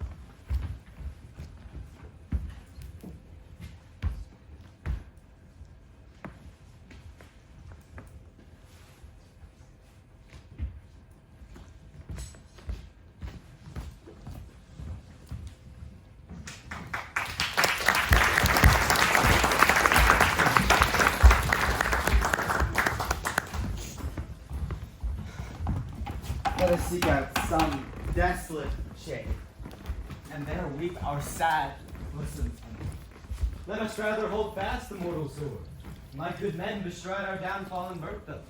Each new morn, new widow's howl, new orphan's cry, new sorrow strike heaven on the face, that resounds as it felt with Scotland, and yelled out like syllable of the Lord. But I believe I'll wail. But no, believe, and what I can redress, as I shall find the time to friend I will. What you spoke, it may be so, perchance. This tyrant, whose sole name blisters our tongues, was once thought honest. You have loved him well. He hath not touched you yet. I am young, but something you may deserve of him through me, and wisdom to offer up a weak, poor, innocent lamb to appease an angry god. I am not treacherous. But Macbeth is. A good and virtuous nature may recoil in an imperial charge. But I shall crave your pardon. That which you are, my thoughts cannot transpose. Angels are bright still, though the brightest fell. Though all things foul would wear the brows of grace, yet grace must still look so. I have lost my hopes. Perchance even there where I did find my doubts. Why? In that rawness left you wife and child. Those precious motives, those strong knots of love, without leave-taking? I pray you, let not my jealousies be your dishonors, but mine own safeties. Bleed. You may be rightly just, whatever I shall think. Bleed. Poor country. Great tyranny. Lay thou thy basis, sure. For goodness dare not check thee. Wear thou thy wrongs. The title is a fear. Fare thee well, Lord. I would not be the villain that thou thinkst, for the whole space that's in the tyrant's grasp, and the rich east to boot. Be not offended. I speak not as an absolute fear of you. I think our country sinks beneath the yoke. It weeps, it bleeds, and each new day a gash is added to her wounds. I think withal there would be hands uplifted in my right, and here from gracious England have I offer of goodly thousands. But for all this, when I shall tread upon the tyrant's head, or wear it on my sword, yet my poor country shall have more vices than it had before, more suffer in more sundry ways than ever by him that shall succeed. What should he be? It is myself, I mean, whom I know all the particulars of vice, so grafted that when they shall be open, black Macbeth will seem as pure as snow, and the poor state esteem him as a lamb, being compared with my confineless harms. Not in the legions of horrid hell can come a devil more damned and evils to top Macbeth. I grant him. Bloody, luxurious, avaricious, false, deceitful, sudden, malicious smacking of every sin that has a name. But there's no bottom. None in my voluptuousness. Your wives, your daughters, your matrons, and your maids could not fill up the cistern of my lust. And my desire, all constant impediments would overbear that did oppose my will. Better Macbeth than such a one to reign. Boundless in temperance. In nature is a tyranny. Hath been the untimely emptying of the happy throne and fall of many kings. But fear not yet to take upon you what is yours. You may convey your pleasures in this spacious plenty, and yet seem cold. The time you may so hoodwink. We have willing dames enough. There cannot be that vulture in you to devour so many, as will to greatness dedicate themselves, finding it so inclined. With this, there grows my most ill-composed affection, such a staunchness, avarice, that were I king, I should cut off the nobles for their lands, desire his jewels and this other's house. Am I more having? It would be as a sauce to make me hunger more. That I should forge quarrels unjust against the good and loyal, destroying them for wealth. This avarice sticks deeper, grows with more pernicious root than summer seeming lust. It has been the sword of our slain kings. And do not fear. Scotland hath poisons to fill up your will, of your own. These are portable with other graces weighed. But I have none. The king becoming graces as justice, verity, temperance, stableness, bounty, perseverance, mercy, lowliness, devotion, patience, courage, fortitude. I have no relish of them, but abound in the division of each several kind, acting it in many ways. Nay, had I power, I should pour the sweet milk of concord into hell, uproar the universal peace, confound all the unity on earth. Oh, Scotland. Scotland. If such a one be fit to govern, speak. I am as I have spoken. Fit to govern? No, not to live. O nation miserable, with an untitled tyrant, bloody scepter, when shalt thou see thy wholesome days again? Since that the truest issue of thy throne, by his own interdiction, stands accused. This blasphemous breed. Thy royal father was a most sainted king. The queen that bore thee more often upon her knees than on her feet. And every day she lived. Fare thee well. These evils thou reapst upon thyself have banished me from Scotland. From my breast, thy hope ends here. Macduff! This noble passion, child of integrity, hath from my soul wiped the black scruples, reconciled my thoughts to thy good truth and honor. Devilish Macbeth, by many of these trains, hath sought to win me into his power, and modest wisdom plucks me from over-credulous haste, but God above, deal between thee and me. For even now, I put myself to thy direction, and unspeak mine own detraction, and here abjure the taints and blames I laid upon myself, for strangers to my nature. I am yet unknown to woman, never was forsworn, scarcely have coveted what was mine own, at no time broke my faith. Would I betray the devil to his fellow, and delight no less in truth than life? My first false speaking was this upon myself. What I am truly is thine and my poor country's to command. Whither indeed, before thy here approach, old Seward with 10,000 warlike men all ready to point was setting forth. Now, pull together, and the chance of goodness be like our warranted quarrel. Why are you silent? Such welcome and unwelcome things at once. 'Tis hard to reconcile. See who comes here. My countryman, but yet I know him not. Oh, gentle cousin, welcome hither. I know him now. Good God, the times remove the means that makes us strangers. Sir, amen.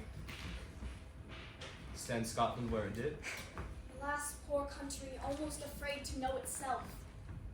We cannot be called our mother, but our grave, where nothing but who knows nothing was once seen to smile, where sighs and groans and shrieks that rend the air are made, not marked, where violent sorrow seems a modern ecstasy. The dead man's knell is there scarce asked for who, and good men's lives expire before the flowers in their caps, dying or ere they sicken. Oh, relation. Too nice and yet too true. What's the newest grief? That of an hour's age doth hiss the speaker. Each minute teems a new one. How does my wife? Why, well, And all my children? well too. The tyrant has not battered at their peace? No, they were well at peace when I did leave them. Be not a braggart of your speech, how goes? When I came hither to transport the tidings which I have heavily borne, there ran a rumor of many worthy fellows that were out, which to my belief witnessed the rather. For that I saw the tyrant's power afoot. Now is the time of help. Your eye in Scotland would create soldiers, make our women fight, to doff their dire distresses. Be it their comfort. We are coming thither. Gracious England hath lent us good Seward and 10,000 men. An older and a better soldier none that Christendom gives out. Would I could answer this comfort with the like, but I have words that would be howled out in the desert air, where hearing should not latch them. What concern then? The general cause? Or is it a fee grief due to some single breast? No mind that's honest, but it shares some woe, though the main part pertains to you alone. If it be mine, keep it not from me. Quickly, let me have it. Let not your ears despise my tongue forever, which shall possess someone with the heaviest sound that ever yet they heard. I guess at it. Your castle surprised, your wife and babes savagely slaughtered. To relate the manner we're on the quarry of these murdered deer, to add the death of you. Merciful heaven. What man? Ne'er pull your hat upon your brows, give sorrow words. The grief that does not speak whispers the o'erfought heart and bids it break. My children too. Wife, children, servants, all that could be found. None must be from thence. My wife killed too. I have said. Be comforted. Let's make us medicines of our great revenge to cure this deadly grief. He has no children! Oh, my pretty ones. Did you say all? Oh, how kite all. What? Oh, my pretty chickens, and their dam, one fell swoop. Dispute it like a man. I shall do so. I must also feel it as a man. I cannot but remember such things were that were most precious to me. Did heaven look on, and not take its part? Sinful make love. They were all struck for thee. Not that I am, not for their own demerits, but for mine. Thou slaughter on their souls. Heaven rest them now.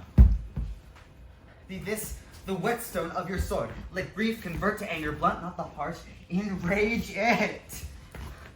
Oh, I could play the woman with mine eyes, and braggart with my tongue. But gentle heavens, cut short all intermissions. Front to front, bring thou this fiend of Scotland, and myself, within my sword's length, set him. If he escape, heaven forgive him too. This tune goes manly. Come, go to the king. Our power is ready. Our lack is nothing but our leave.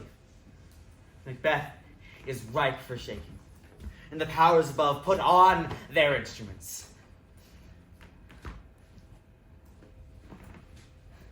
Receive what cheer you may. The night is long that never finds the day.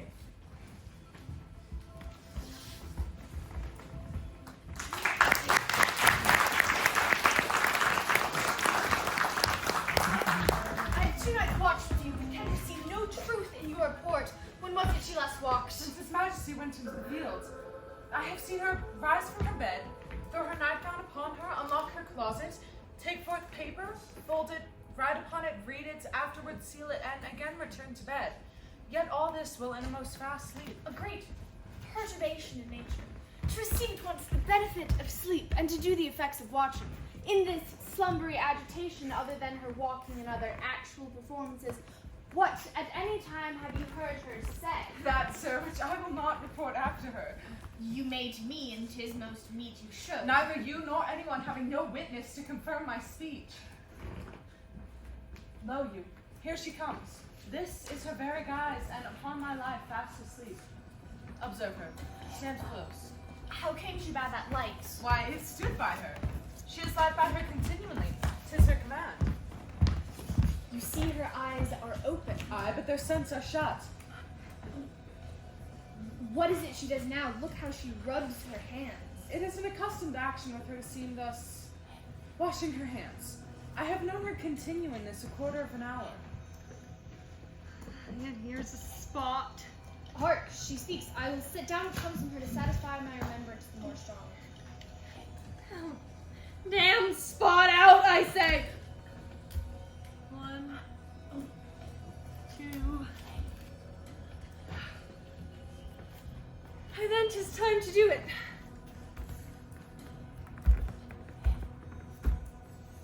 Hell is murky. Fie, my lord.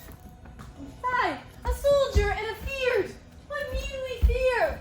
Who knows it when none can call our power to account? Yet who would have thought the old man would have so much blood in him? Do you mark that? The thane of Fife had a wife. Where is she now? Oh, please, hands ne'er be clean. No more of that, my lord, no more of that. You mar all with this starting. Go to. You have known what you should not. She has spoke what she should not. I am sure of that. Heaven knows what she has known. There's the smell of blood still. All the perfumes of Arabia will not sweeten this little hand.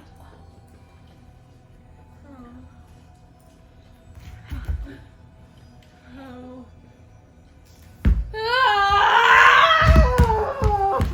What is signs that the heart is sorely charged? I would not have such a heart in my bosom for the dignity of the whole body. Well. Pray God it be, sir. This disease is beyond my practice. Yet I have known those who have walked in their sleep, who have died holily in their beds. Wash your hands. Put on your nightgown. Look, not so pale. I tell you once again, Banquo's buried. He cannot come out on his grave. Even so. To bed, there's a knocking at the gate. Come. Come. Come. Come. Give me your hand.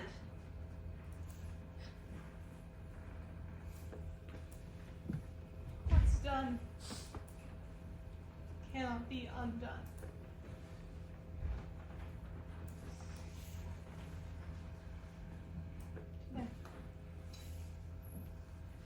To bed.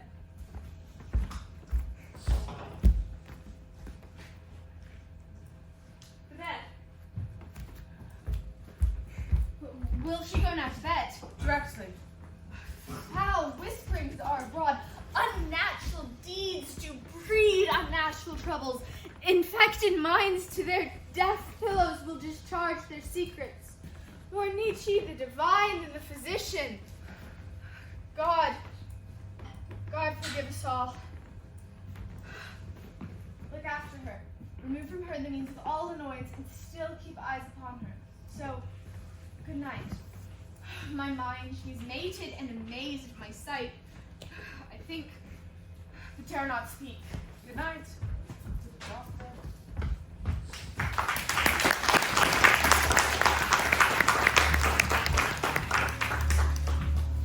The English power is near led on by Malcolm, his uncle Stuart, and the good Macduff. Revenge burns in them for their dear cause, which the bleeding and the grim alarm excite the mortified man.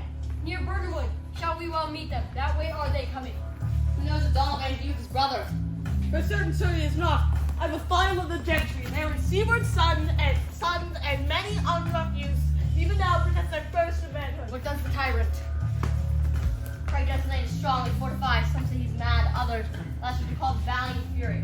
For certain, sir, he cannot buckle his tempered paws from the belt of rule. Now does he feel his secret murderer sticking on his hands? Now minute revolts upbraid his faith breach. Those he commands move only in command, nothing in love. Now does he feel his title hang loose about him like a giant's robe upon a dwarfish steed? Who then shall blame his pestered senses to recoil and start, when all that is within him does condemn itself for being there? Well, march me on, give obedience which truly owed. Meet we the medicine of the sick we wheel, and pour we in our country's turd, each drop of us. For so much as it needs to do the sovereign flower and drown the weeds, make me on my sword burn out! Hey! Bring me no more reports. Let them fly. All. Till Burnham was removed to Dunsinane, I cannot tame with fear. Was the boy Malcolm? Was he not born of woman? Spirits that know all mortal consequence have pronounced me thus. Fear not, Macbeth. No man that's born of woman shall e'er have power upon thee. Then fly, false things, and mingle with the English epicures. The mind I sway by and the heart I bear shall never sag with doubt nor shake with fear. The devil damn thee, black thou cream-faced loon. Where goest thou with that goose look? There are 10,000. Geese, villain! Soldiers, sir! Go break thy face and overred thy beard, thy lily-livered boy. What? Soldiers, Patch? I'm gonna get on thy soul. Those linen sheets of thine are counselors to fear. What? Soldiers, wave face! The English force so please you! Take thy face hence! Seaton! I am sick at heart when I behold. Seaton, I say! This push will cheer me ever, or deceive me now. I have lived long enough. My way of life has fallen into the sear, the yellow leaf, and that which should accompany as old age is honor, love, obedience, troops of friends I must not look to have, but in their stead, curses, not loud, but deep, mouth honor which the poor heart would fain deny and dare not. Susan. At your gracious pleasure. What news more? All's confirmed, my lord, that was reported. I'll fight, till from my bones my flesh be hacked. Give me my armor. It's not needed yet. I'll put it on. Send out more horses. Scurry the country round. Hang those that talk of fear. What is your patient, doctor? Not so sick, my lord, as she's troubled with thick-coming fancies that keep her from her rest. Cure her of that. Canst thou not minister to a mind diseased? Pluck from the memory of rooted sorrow and raise out the written troubles of the brain, and with some sweet and oblivious antidote cleanse that stuffed bosom of that perilous stuff which weighs upon the heart. Therein the patient must minister to himself. Throw physic to the dogs, I'll none of it! Come, put mine armor on. Give me my sword. Seaton, send out. Doctor! The Thanes, fly from me. Come, sir, dispatch. Doctor, if thou couldst, cast the water of my land. Find her disease, and purge it to sound in pristine health. Would applaud thee to the very echo that would applaud against. Pull it off, I say! What rhubarb, senna, or what purgative drug would scour these English hence? Hear so of them? Aye, my good lord, your royal preparation makes us hear something. Bring it after me. I will not be afraid of death and bane till Burnham Forest come to Dunsinane. Were I from Dunsinane, away and clear, profit again should hardly draw me near.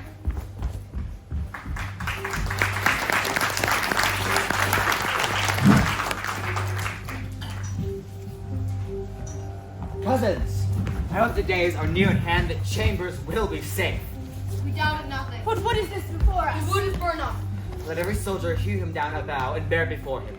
Thereby shall we shatter the numbers of our host and make discovery err in report of us. It shall be done! We learn no other but the confident tyrant keeps still in Dunsinane, and will endure our setting down before it. 'Tis his main hope, for where there is advantage to be given both more and less, have given him the revolt.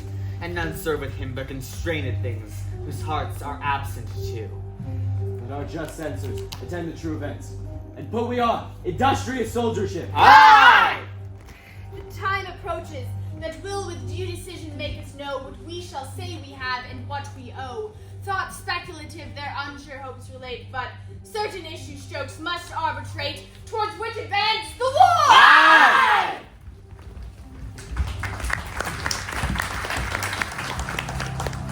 Hang out our banners on the outward walls. The cry is still they come. Our castle's strength will laugh a siege to scorn. Here let them lie till the famine and ague eat them up. Were they not forced with those that should be ours, we might have met them dareful, beard to beard, and beat them backward home.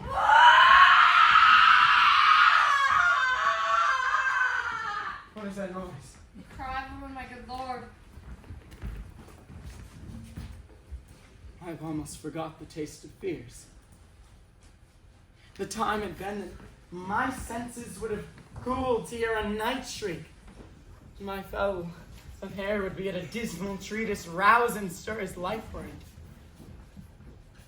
I've supped full with horrors. Dionysus, familiar to my slaughterous thoughts, cannot once stop me. Wherefore was that cry? The queen, my lord, is dead.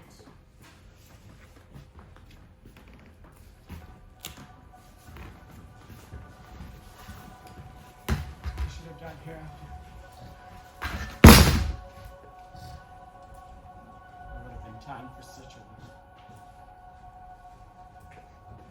Tomorrow. And tomorrow. And tomorrow creeps in this petty pace from day to the last syllable of recorded time. and all our yesterdays have lighted fools the way to dusty death. Out. Out. Brief candle. Life's but a walking shadow. A poor player that struts and frets his hour upon the stage, and then is heard no more. It is a tale told by an idiot, full of sound and fury, signifying nothing. Now comes to use thy tongue, thy story quickly. Gracious my lord, I should report that which I say I saw, but know not how to do it. Well, say, sir. As I did stand my watch upon the hill, I looked toward Burnham, and anon his thoughtfulness began to move. Liar and slave. Let me endure your wrath, if be not so. Within this 3 mile may you see it coming. I say a moving grove. If thou speakest false, upon the next tree wilt thou hang alive till famine claim thee. If thy speech be true, I care not if thou dost for me as much. Against your Poland resolution and doubt the equivocation of the fiend that lies like truth. Fear not till Burnham would come to Dunsinane, and our wood moves toward Dunsinane. Arm! Arm and out! If this retreat Bouches does appear, there is no flying hence, nor tarrying here. Oh, I begin to be weary of the sun. Notion now the estate of the world around me. Now, hang on. You'll leave these screens, throw down, and show like those you are. You, worthy uncle, shall with my cousin, your right noble son, lead our first battle. Worthy Macduff and we shall take upon what else remains to do according to our order. Very well. Do we even find the time's power tonight? Let us be beaten if we cannot fight! Aye! Make all our trumpets speak. Give them all breath. Those clamorous harbingers of blood and death. Aye!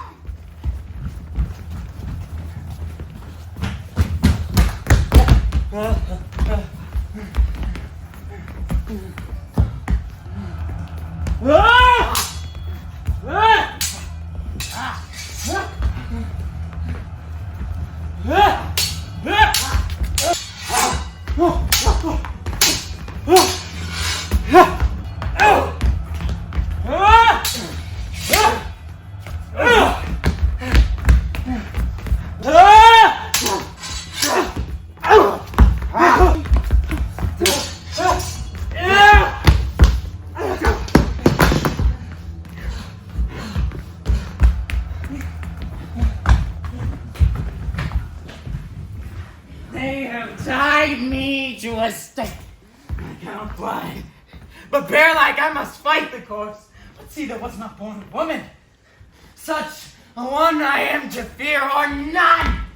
What is thy name? Thou won't be afraid to hear it. No, thou callest thyself a higher name than any is in hell. My name's Macbeth. The devil himself could not pronounce a title more hateful to mine ear. Thou nor more fearful. Thou liest! A poor type, with my sword I would prove the lie of speech!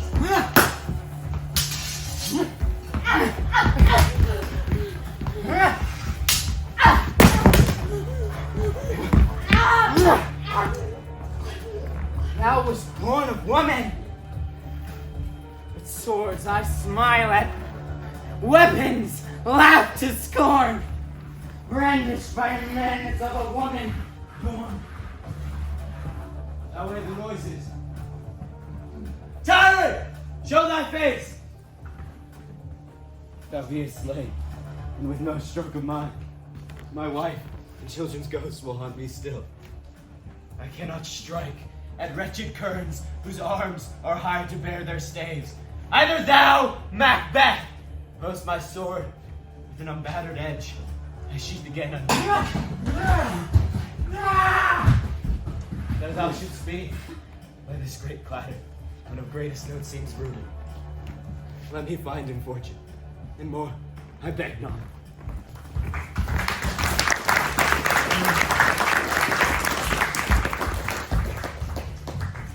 This way, my lord, the castle's gently rendered. The townspeople on both sides do fight, the noble thanes do bravely in the war, the day itself almost professes yours and little is to do. We have met with foes that strike beside us. Heads and serve the castle. Why should I play the Roman fool and die on mine own sword? As I see lives, the gashes do better upon them. Turn! Hellhound, turn! A lawman outside reported thee. But get thee back! My soul is too much charged with blood of thine already. I have no words. My voice is in my sword. Thou bloodier villain than terms can give thee out!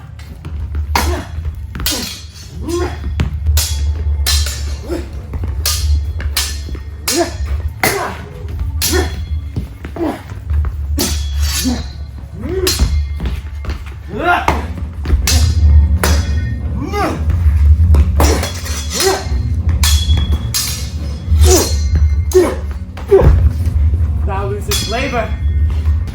As easy mayst thou the entrenching air with thy keen sword presses make me bleed.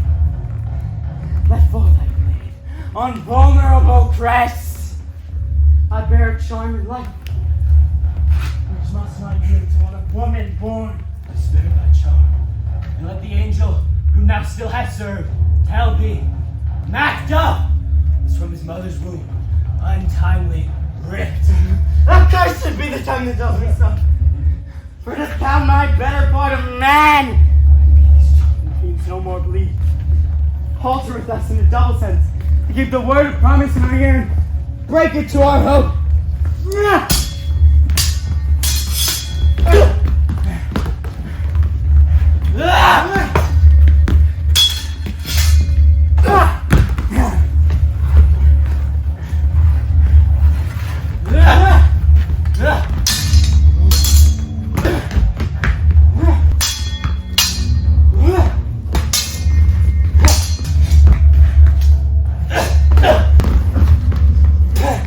On my way with thee, and yield thee, coward, and live to be the show and gaze of the tide.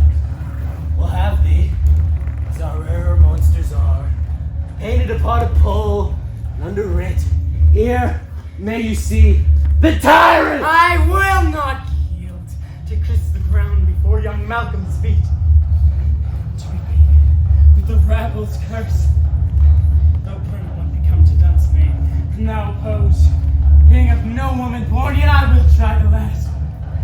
Before my body I throw my warlike shield, lay on Macduff, and damn me him the first cries hold. And now!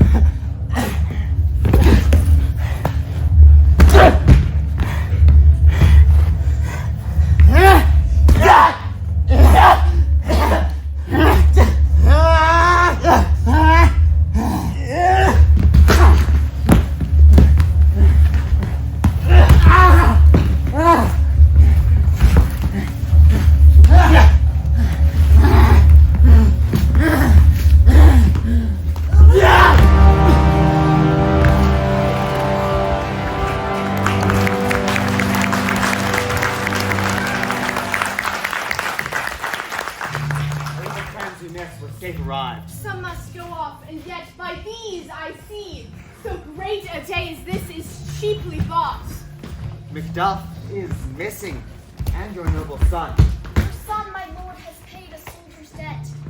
He only lived but till he was a man, the which no sooner had his prowess confirmed in the unshrinking station where he fought, but like a man he died. Then he is dead? Aye, and brought off the field. Your cause of sorrow must not be measured by his worth, for then it hath no end. Had he his hurts before? Aye, on the front. Why then, God soldier be he. Had I as many sons as I have hairs, I would not wish them to a fair death. And so his knell is knolled. He's worth more sorrow, and that I'll spend for him. He's worth no more. They say he parted well and paid his score. So God be with him. Here comes newer comfort. Hail, King, for so thou art. Behold, where stands the usurper's cursed head. The time is free! I see thee compass with thy kingdom's pearl. Who speak my salutations in their minds, whose voices I desire aloud with mine. Hail, King of Scotland! We shall not spend a large, expensive time before we reckon with your several loves and make us even with you. My thanes and kinsmen, henceforth the earls, the first in ever Scotland in such an honor named.